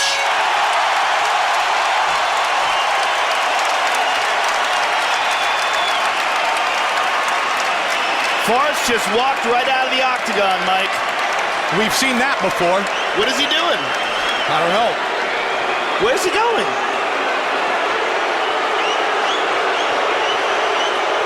Dana White is running after him. Forrest has left the building. What the heck is he doing? Dana is literally running after him right now. Wow.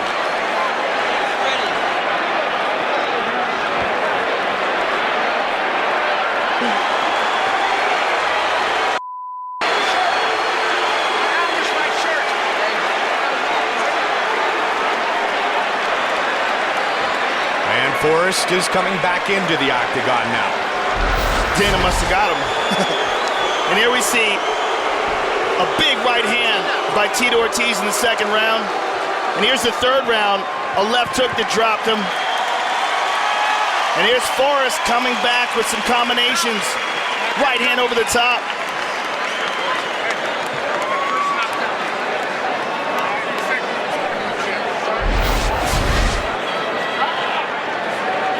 Griffin and Ortiz go the distance once again as they complete the trilogy here tonight in Las Vegas.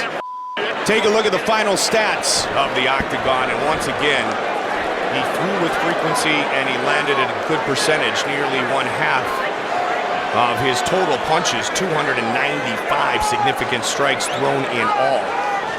Landing tonight, look at the kicks. Wow. 46 kicks for Forrest, 2 for Tito. One last time for Tito Ortiz. Here's Bruce Buffer. Ladies and gentlemen, after 3 rounds, we go to the judges' scorecards for a decision. All 3 judges score this contest 29-28 for the winner by unanimous decision, Forrest Griffin! Griffin wins the rubber match.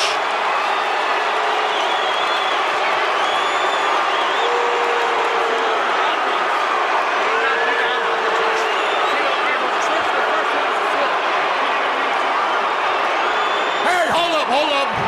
All right. May I please have your attention? Tito Ortiz, that was an awesome performance. Was that really your last fight in the octagon? Yeah. I gave it my all, man. You're a great fighter. I don't know, I came in here, 2 people winner. One last man lives the winner. I gave it my all. I was tired at the end of the 3rd, but I had heart and I came in at 5. Was a great modern day gladiator. You just saw his last fight of the night. That was a great fight, Tito. So you're really done. Hall of Famer. You had a big day today. Did that play any part in you getting tired? Being inducted into the Hall of Fame and whatnot? You know, Forrest, I've been doing this for 15 years, man. I try to pave the way for all you fighters in the future. Thanks to Lorenzo Fertitta, Dana White, Frank Fertitta. I appreciate you guys' family, I appreciate you guys' support, I appreciate you guys saving the UFC for all these fans that are watching, the millions that watch our pay-per-view. Tito, thank you so much. Ladies and gentlemen, how about a round of applause for the Huntington Beach bad boy, the people's champ, Tito Ortiz. Now the people's champ. And here the winner, Forrest Griffin. Forrest, first of all, congratulations on your fight. Ladies and gentlemen, the man just fought his heart out. He is not responsible for decisions or any judges' calls, although I agree with the judges' call. A hard-fought fight, an excellent fight, a victory over the rubber match. How did it feel? You know what, honestly, man, it felt close. I feel like we've got 3 draws, to be honest. I won a 4th round. Well, that's a very humble assessment, and it was certainly a very close fight. What do you think the difference was? Well, he gassed at the end. I just really didn't have enough, I didn't have much gas either, just to pot shot him. And I was a little lazy that second time he took me down. That wasn't even a good takedown. But that second knockdown, that was a legit knockdown. I was lost for a second. Forrest, thank you very much for another entertaining fight. Always a pleasure to watch you perform. Forrest Griffin, ladies and gentlemen.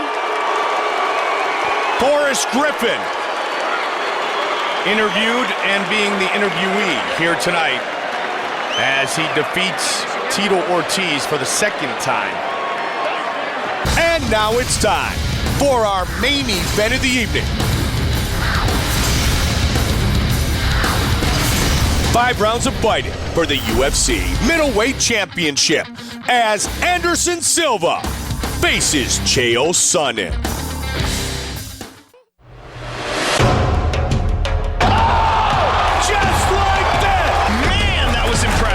Anderson Silva is pound for pound the best fighter in the world. Who can stop that man? I would give everything I've got to be world champion for one night. Chael hits him again, and again, and again. He's getting punished. He is getting beaten up. Watch out, triangle. This is trouble. He's tapping it. It's all over. I destroyed Anderson the first time we fought. This was not even a battle. I had 2 10-8 rounds. I knocked him down twice. I hit him 300 times. He hit me 10 times. I passed his guard repeatedly. I mounted him repeatedly. I am giving him the opportunity to redeem himself. I don't know, maybe Chael have the mental problems. I finish the fight, I win. That's it. Anderson Silva, you absolutely suck. I don't like this guy. That's not a secret. I want to beat him up, and I'm going to beat him up again. Wow, what a takedown!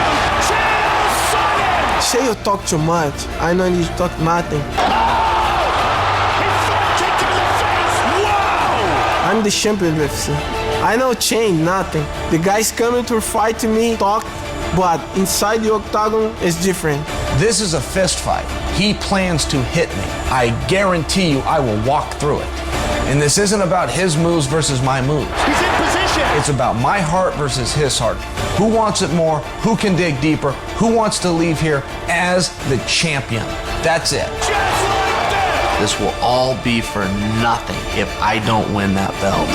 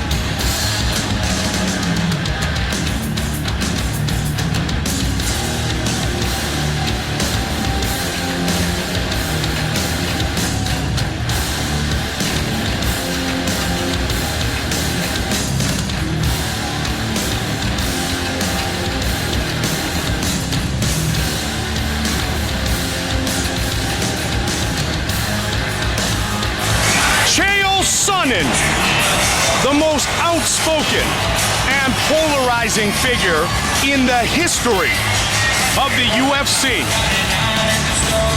For over 20 minutes, he brutalized the champion 2 years ago in the first matchup. Tonight, he wants to finish what he was unable to finish in Oakland, California. I think Chael Sonnen is the greatest trash talker in the history of combat sports, perhaps the history of sports, period.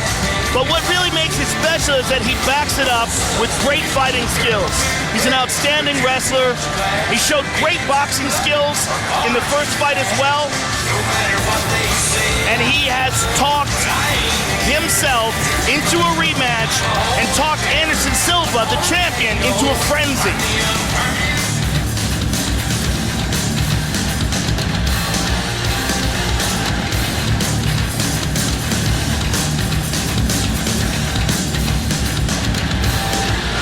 Challenger, the man who has scored more takedowns than anyone in middleweight history.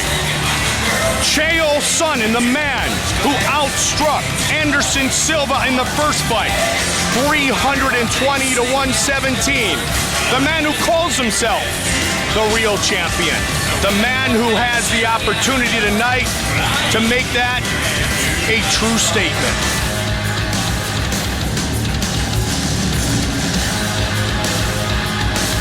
NCAA All-American, Olympic Team Wrestling Alternate, Chael Sonnen.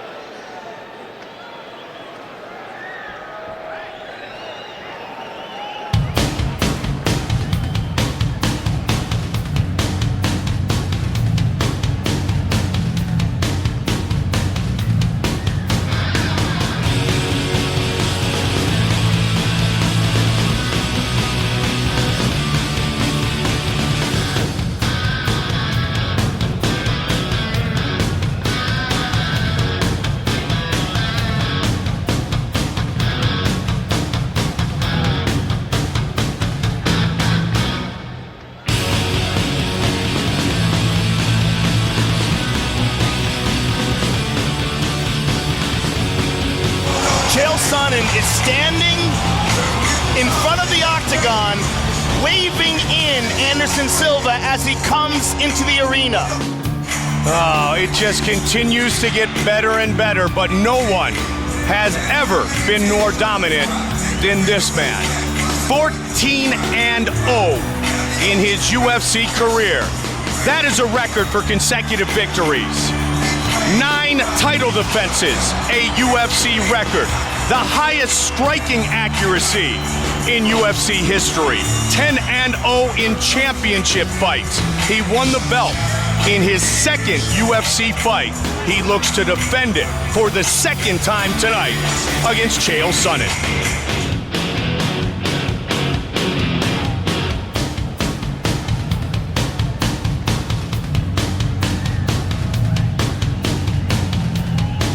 The middleweight title last changed hands in October of 2006.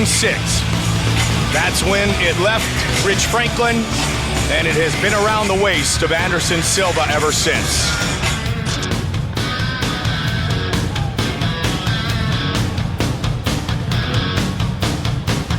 His head movement is second to none, and he is angry.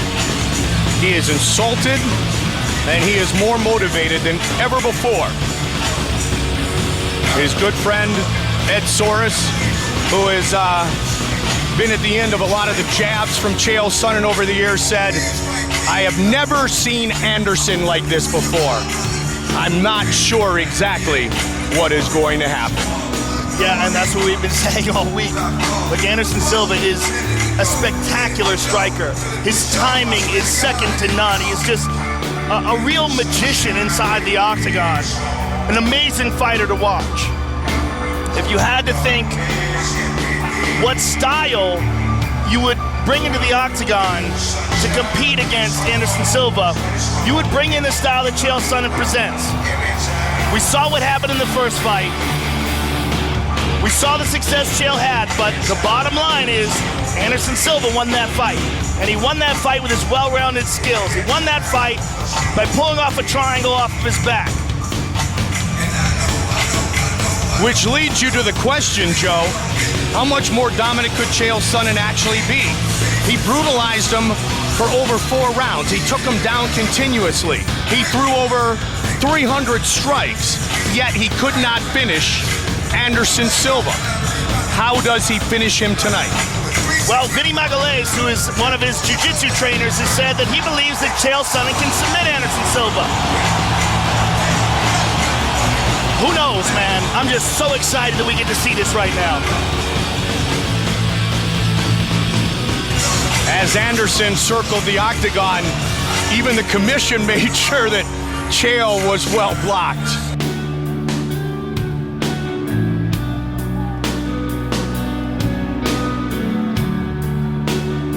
Celebrating a great week here in Las Vegas. Thousands of UFC fans meeting their favorite fighters. And now, those in attendance tonight and watching on pay-per-view get to watch this championship fight. Our tale of the tape for this, our main event of the evening. The champion is 37. The challenger is 35. The champion will have the reach advantage. With the official introductions, Bruce Buffer. Ladies and gentlemen, this is the main event of the evening. Sanctioned by the Nevada State Athletic Commission, with Chairman Skip Avancino, Executive Director Keith Kazar, Commissioners Francisco Aguilar, Bill Brady, TJ Day, and Pat Lundvall. Our 3 judges scoring this contest at Octagon side are Chris Lee, Patricia Morse-Jarman, and Junichiro Kamijo. Lead physician Dr. Anthony Ruggiero. And when the action begins, our referee in charge of the Octagon, Yves Lavigne. And now, this is the moment UFC fans around the world have been waiting for. From the sold-out MGM Grand Garden Arena in Las Vegas, it's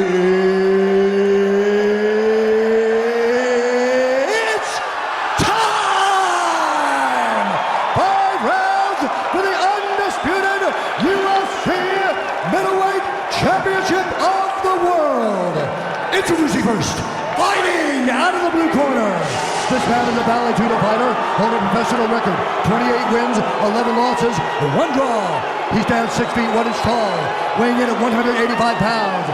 Fighting out of West Lynn, Oregon, ladies and gentlemen, presenting the challenger, Chael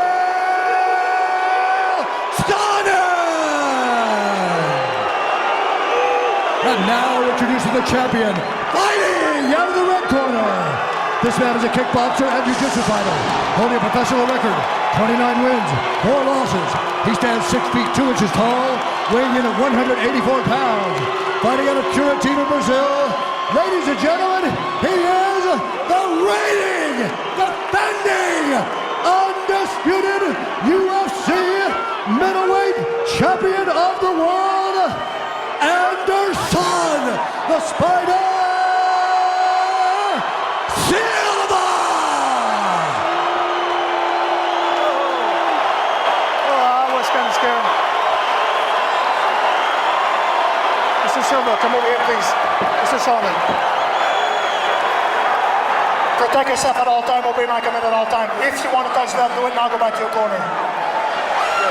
Give me the towel now. Give me the towel. If they're gonna touch in a second. Chael Sonnen. Gonna wipe him off. Anderson Silva. Anderson wiped Vaseline from his face with his fingertips on his arms and chest, and Yves Lavigne just wiped that off.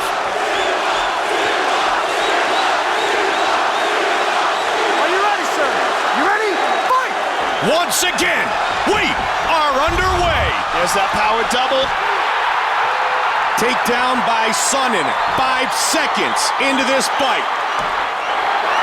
Man.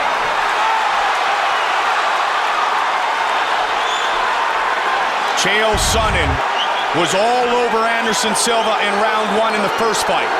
Anderson's doing a good job of covering up here, controlling the posture of Chael Sonnen. In fact, he landed more significant strikes against Anderson Silva in round 1 of the first fight than any UFC opponent had in an entire fight. Anderson's tying up the left arm with a strong overhook. Now he switches to the right arm. Doing a good job of avoiding ground and pound here. Chael is slowly working him up against the cage. Anderson's also doing a good job of using his butterflies to stretch out the legs of Chael and put him in awkward angles. Now he's got feet on the hips, and Chael's trying to pass. The cage is in his way. Anderson stops him in his tracks. Now he's in half guard. Now we will see if Chael Sonnen attempts this time to submit Anderson Silva instead of just ground and pound. As I said, he brought in Jiu-Jitsu world champion Vinny Magalhães into his corner, into his camp, to help him prepare for this fight. We saw how good his submission skills were against Brian Stann. Just boxing the side of the head of Anderson Silva, a technique he used in the first fight.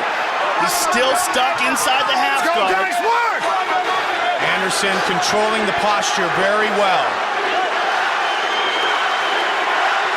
Chael is trying to get that leg free. He's trying to step over the feet of Anderson. You see, Anderson uses that pulled back foot, that hook, to hold the shin bone and keep Chael Sonnen's leg in place.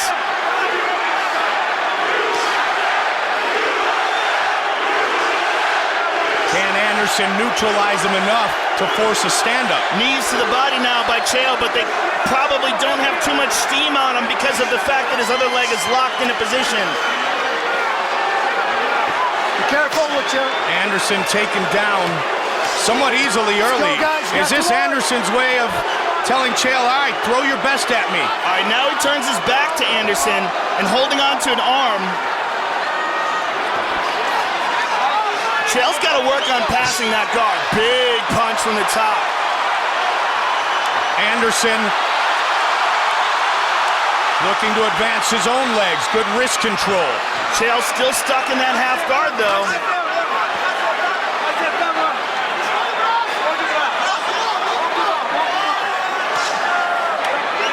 He's been in top position for the majority of this first round. Mike. Those were hard punches. That's the first time he got a free arm and really rained down some good shots. Left leg again, still caught inside the half guard. He's pulling his own foot closer to avoid the hook. Let's go, guys, work! Under 90 seconds here in the first of a potential 5. Posture controlled again by the champion. Well, the real key to this, Mike, is that half guard, that he keeps bringing Chael's leg up and holding it and keeping Chael from advancing. Silva pointing at his head, saying nothing.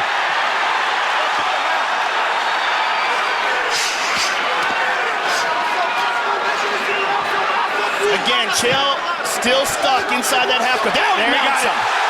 He's got time too, Joe. 45 seconds to work.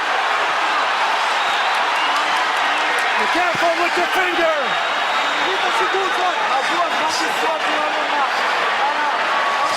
He's dropping his chest down on him, but unable to land some significant strikes.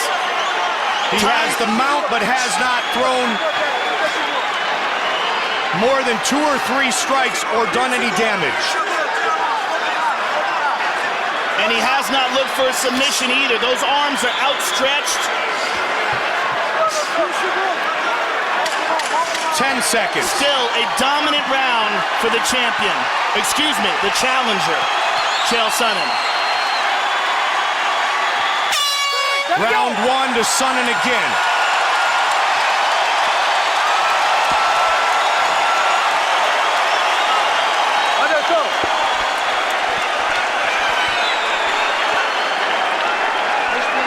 Breathe, breathe.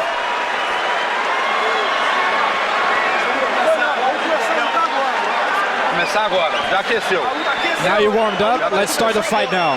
Now we're starting the fight. Pay attention. He hasn't done anything. He has no chance of winning.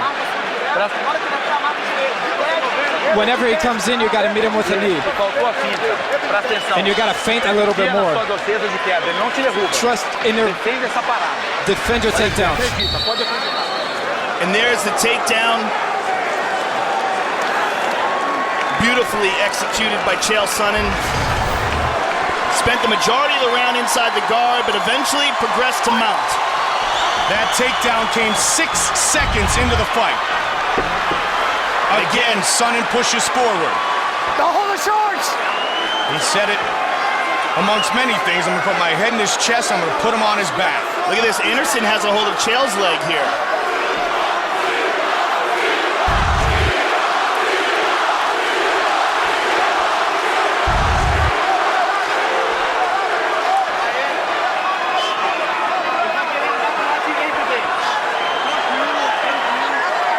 Good knee by Sonnen.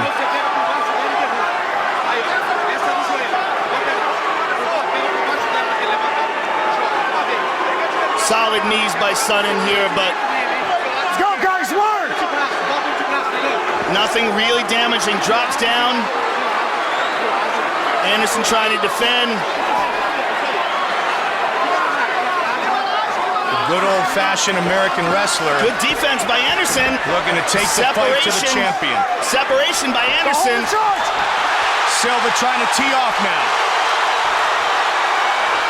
Look at that. Chael will give him no space, Joe. And now Anderson starting to throw the strikes. Can he avoid getting taken down? So far. Wow, good takedown defense by Silva.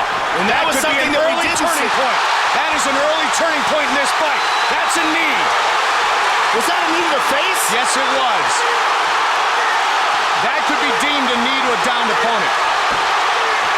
But the action continues. Anderson. Big right hand. Looking to finish the fight. Chael's in trouble. It is all over. Anderson Silva remains the UFC middleweight champion.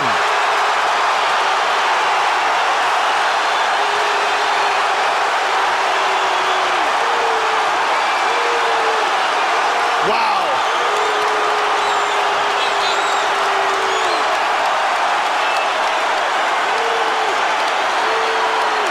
Anderson Silva has defeated Chael Sonnen.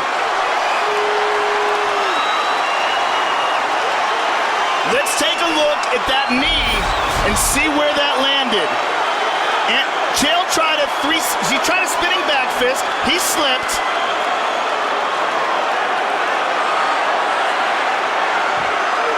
Nope, that's to the body. Yep. That's a legit technique.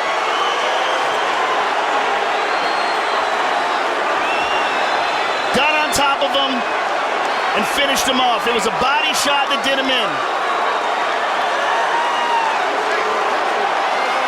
A brilliant job by the champion. All of that preceded by incredible takedown defense from the champion. Anderson Silva earns the victory in the biggest fight in UFC history.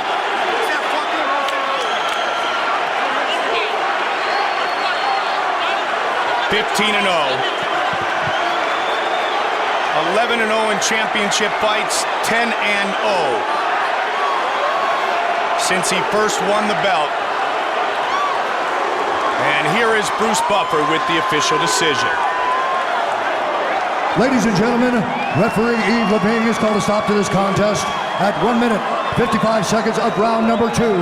Declaring the winner by TKO and still the undisputed UFC middleweight champion of the world, Anderson the Spider Silva.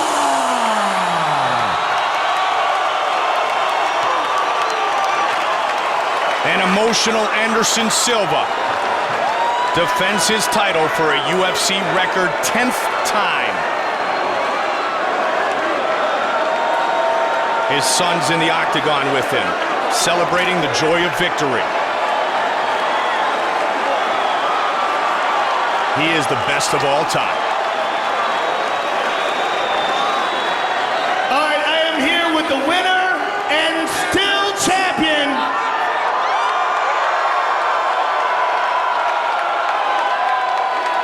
as he brings Pedro Hizzo into the octagon to celebrate with him, and his boxing coach. Anderson, congratulations. Is this your most satisfying victory? Yeah. Hey, please, ladies and gentlemen, this sport have time for the best sport in the world. Me and Chael working hard for the show, for all the people here. Please, this is it's nothing. Chael's fight together me, I fight Chael. I don't have problem. I don't have nothing for Chael. Chael respect my country, but it's fine. This is a sport. This is UFC.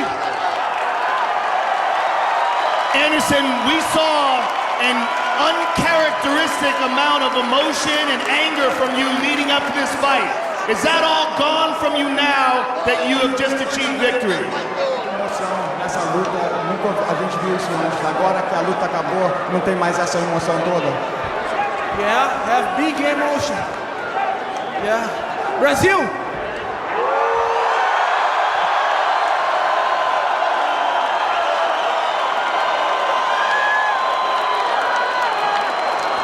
One second.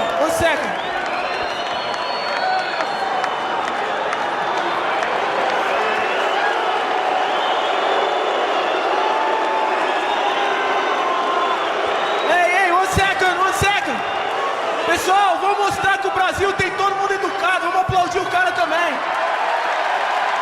He said, let's show Brazil have manners, and I want everybody to applaud Chael. Chael, thank you for fight, bro. Ei, se você quiser fazer um churrasco lá em casa, eu te convido. Minha mulher cozinha pra gente. He said, if you'd like to have a barbecue at my house, I'd love to have you over for a barbecue. Ladies and gentlemen, the champion, Anderson Silva.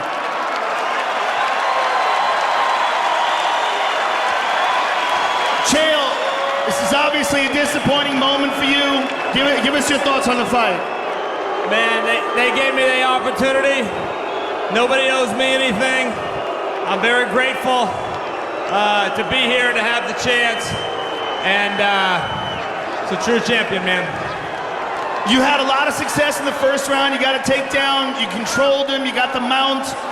What was the thought going into the second round, and where do you think it went wrong? You know, he got me with a good shot. I was on the ground, he got me with a good knee, and other than that, I'm just gonna have to look at the tape. Well, we would love to see you compete again. Thank you very much for all your hard work. Ladies and gentlemen, give it up for Chael Sonnen. Chael Sonnen and Anderson Silva settle the score again tonight.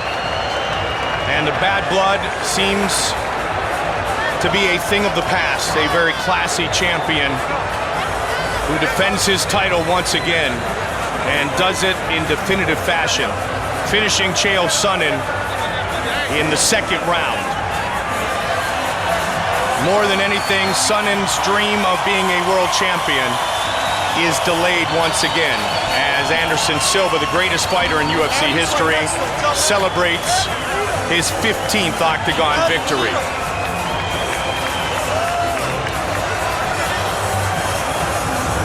In the first round, Chael Sonnen was able to do his thing, but in the second round, Anderson used that great head movement, eluded the spin, and then got the knee to the body.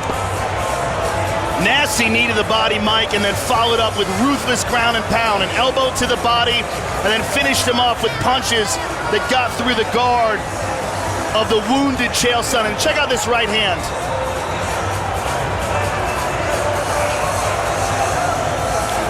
That one clipped him. He goes down. And this is the finish.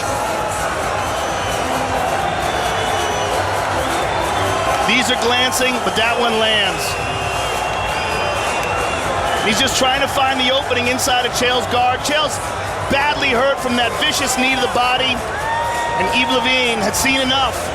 Ladies and gentlemen, the most dominant champion in the history of martial arts, right there. That's the man. That is the greatest fighter of all time, period.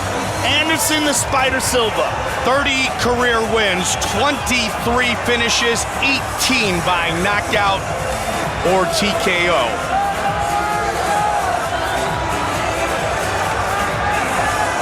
Anderson Silva leaves as he entered the octagon, leaves in the same fashion as he did the first time he fought Chael Sonnen. He leaves as the UFC middleweight champion.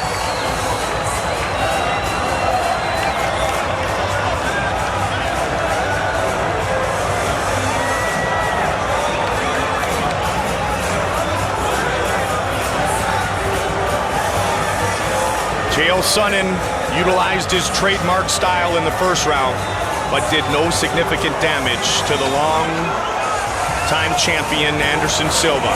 And when it was Silva's turn to do damage, he did enough to stop this fight. Anderson Silva is still the best in the world.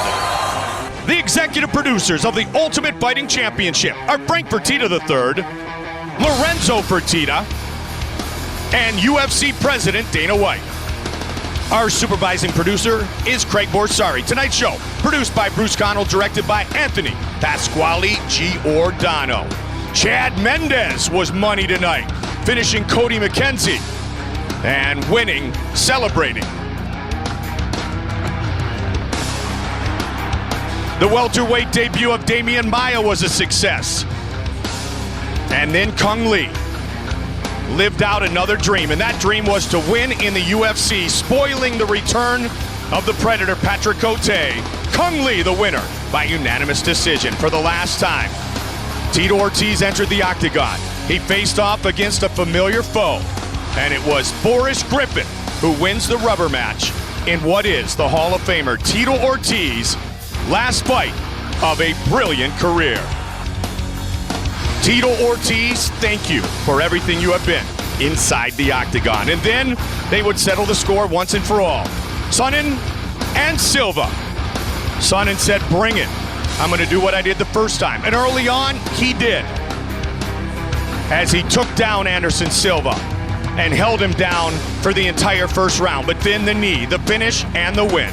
For our partner Joe Rogan, Mike Goldberg saying so long until next time. We see you right back here inside the octagon.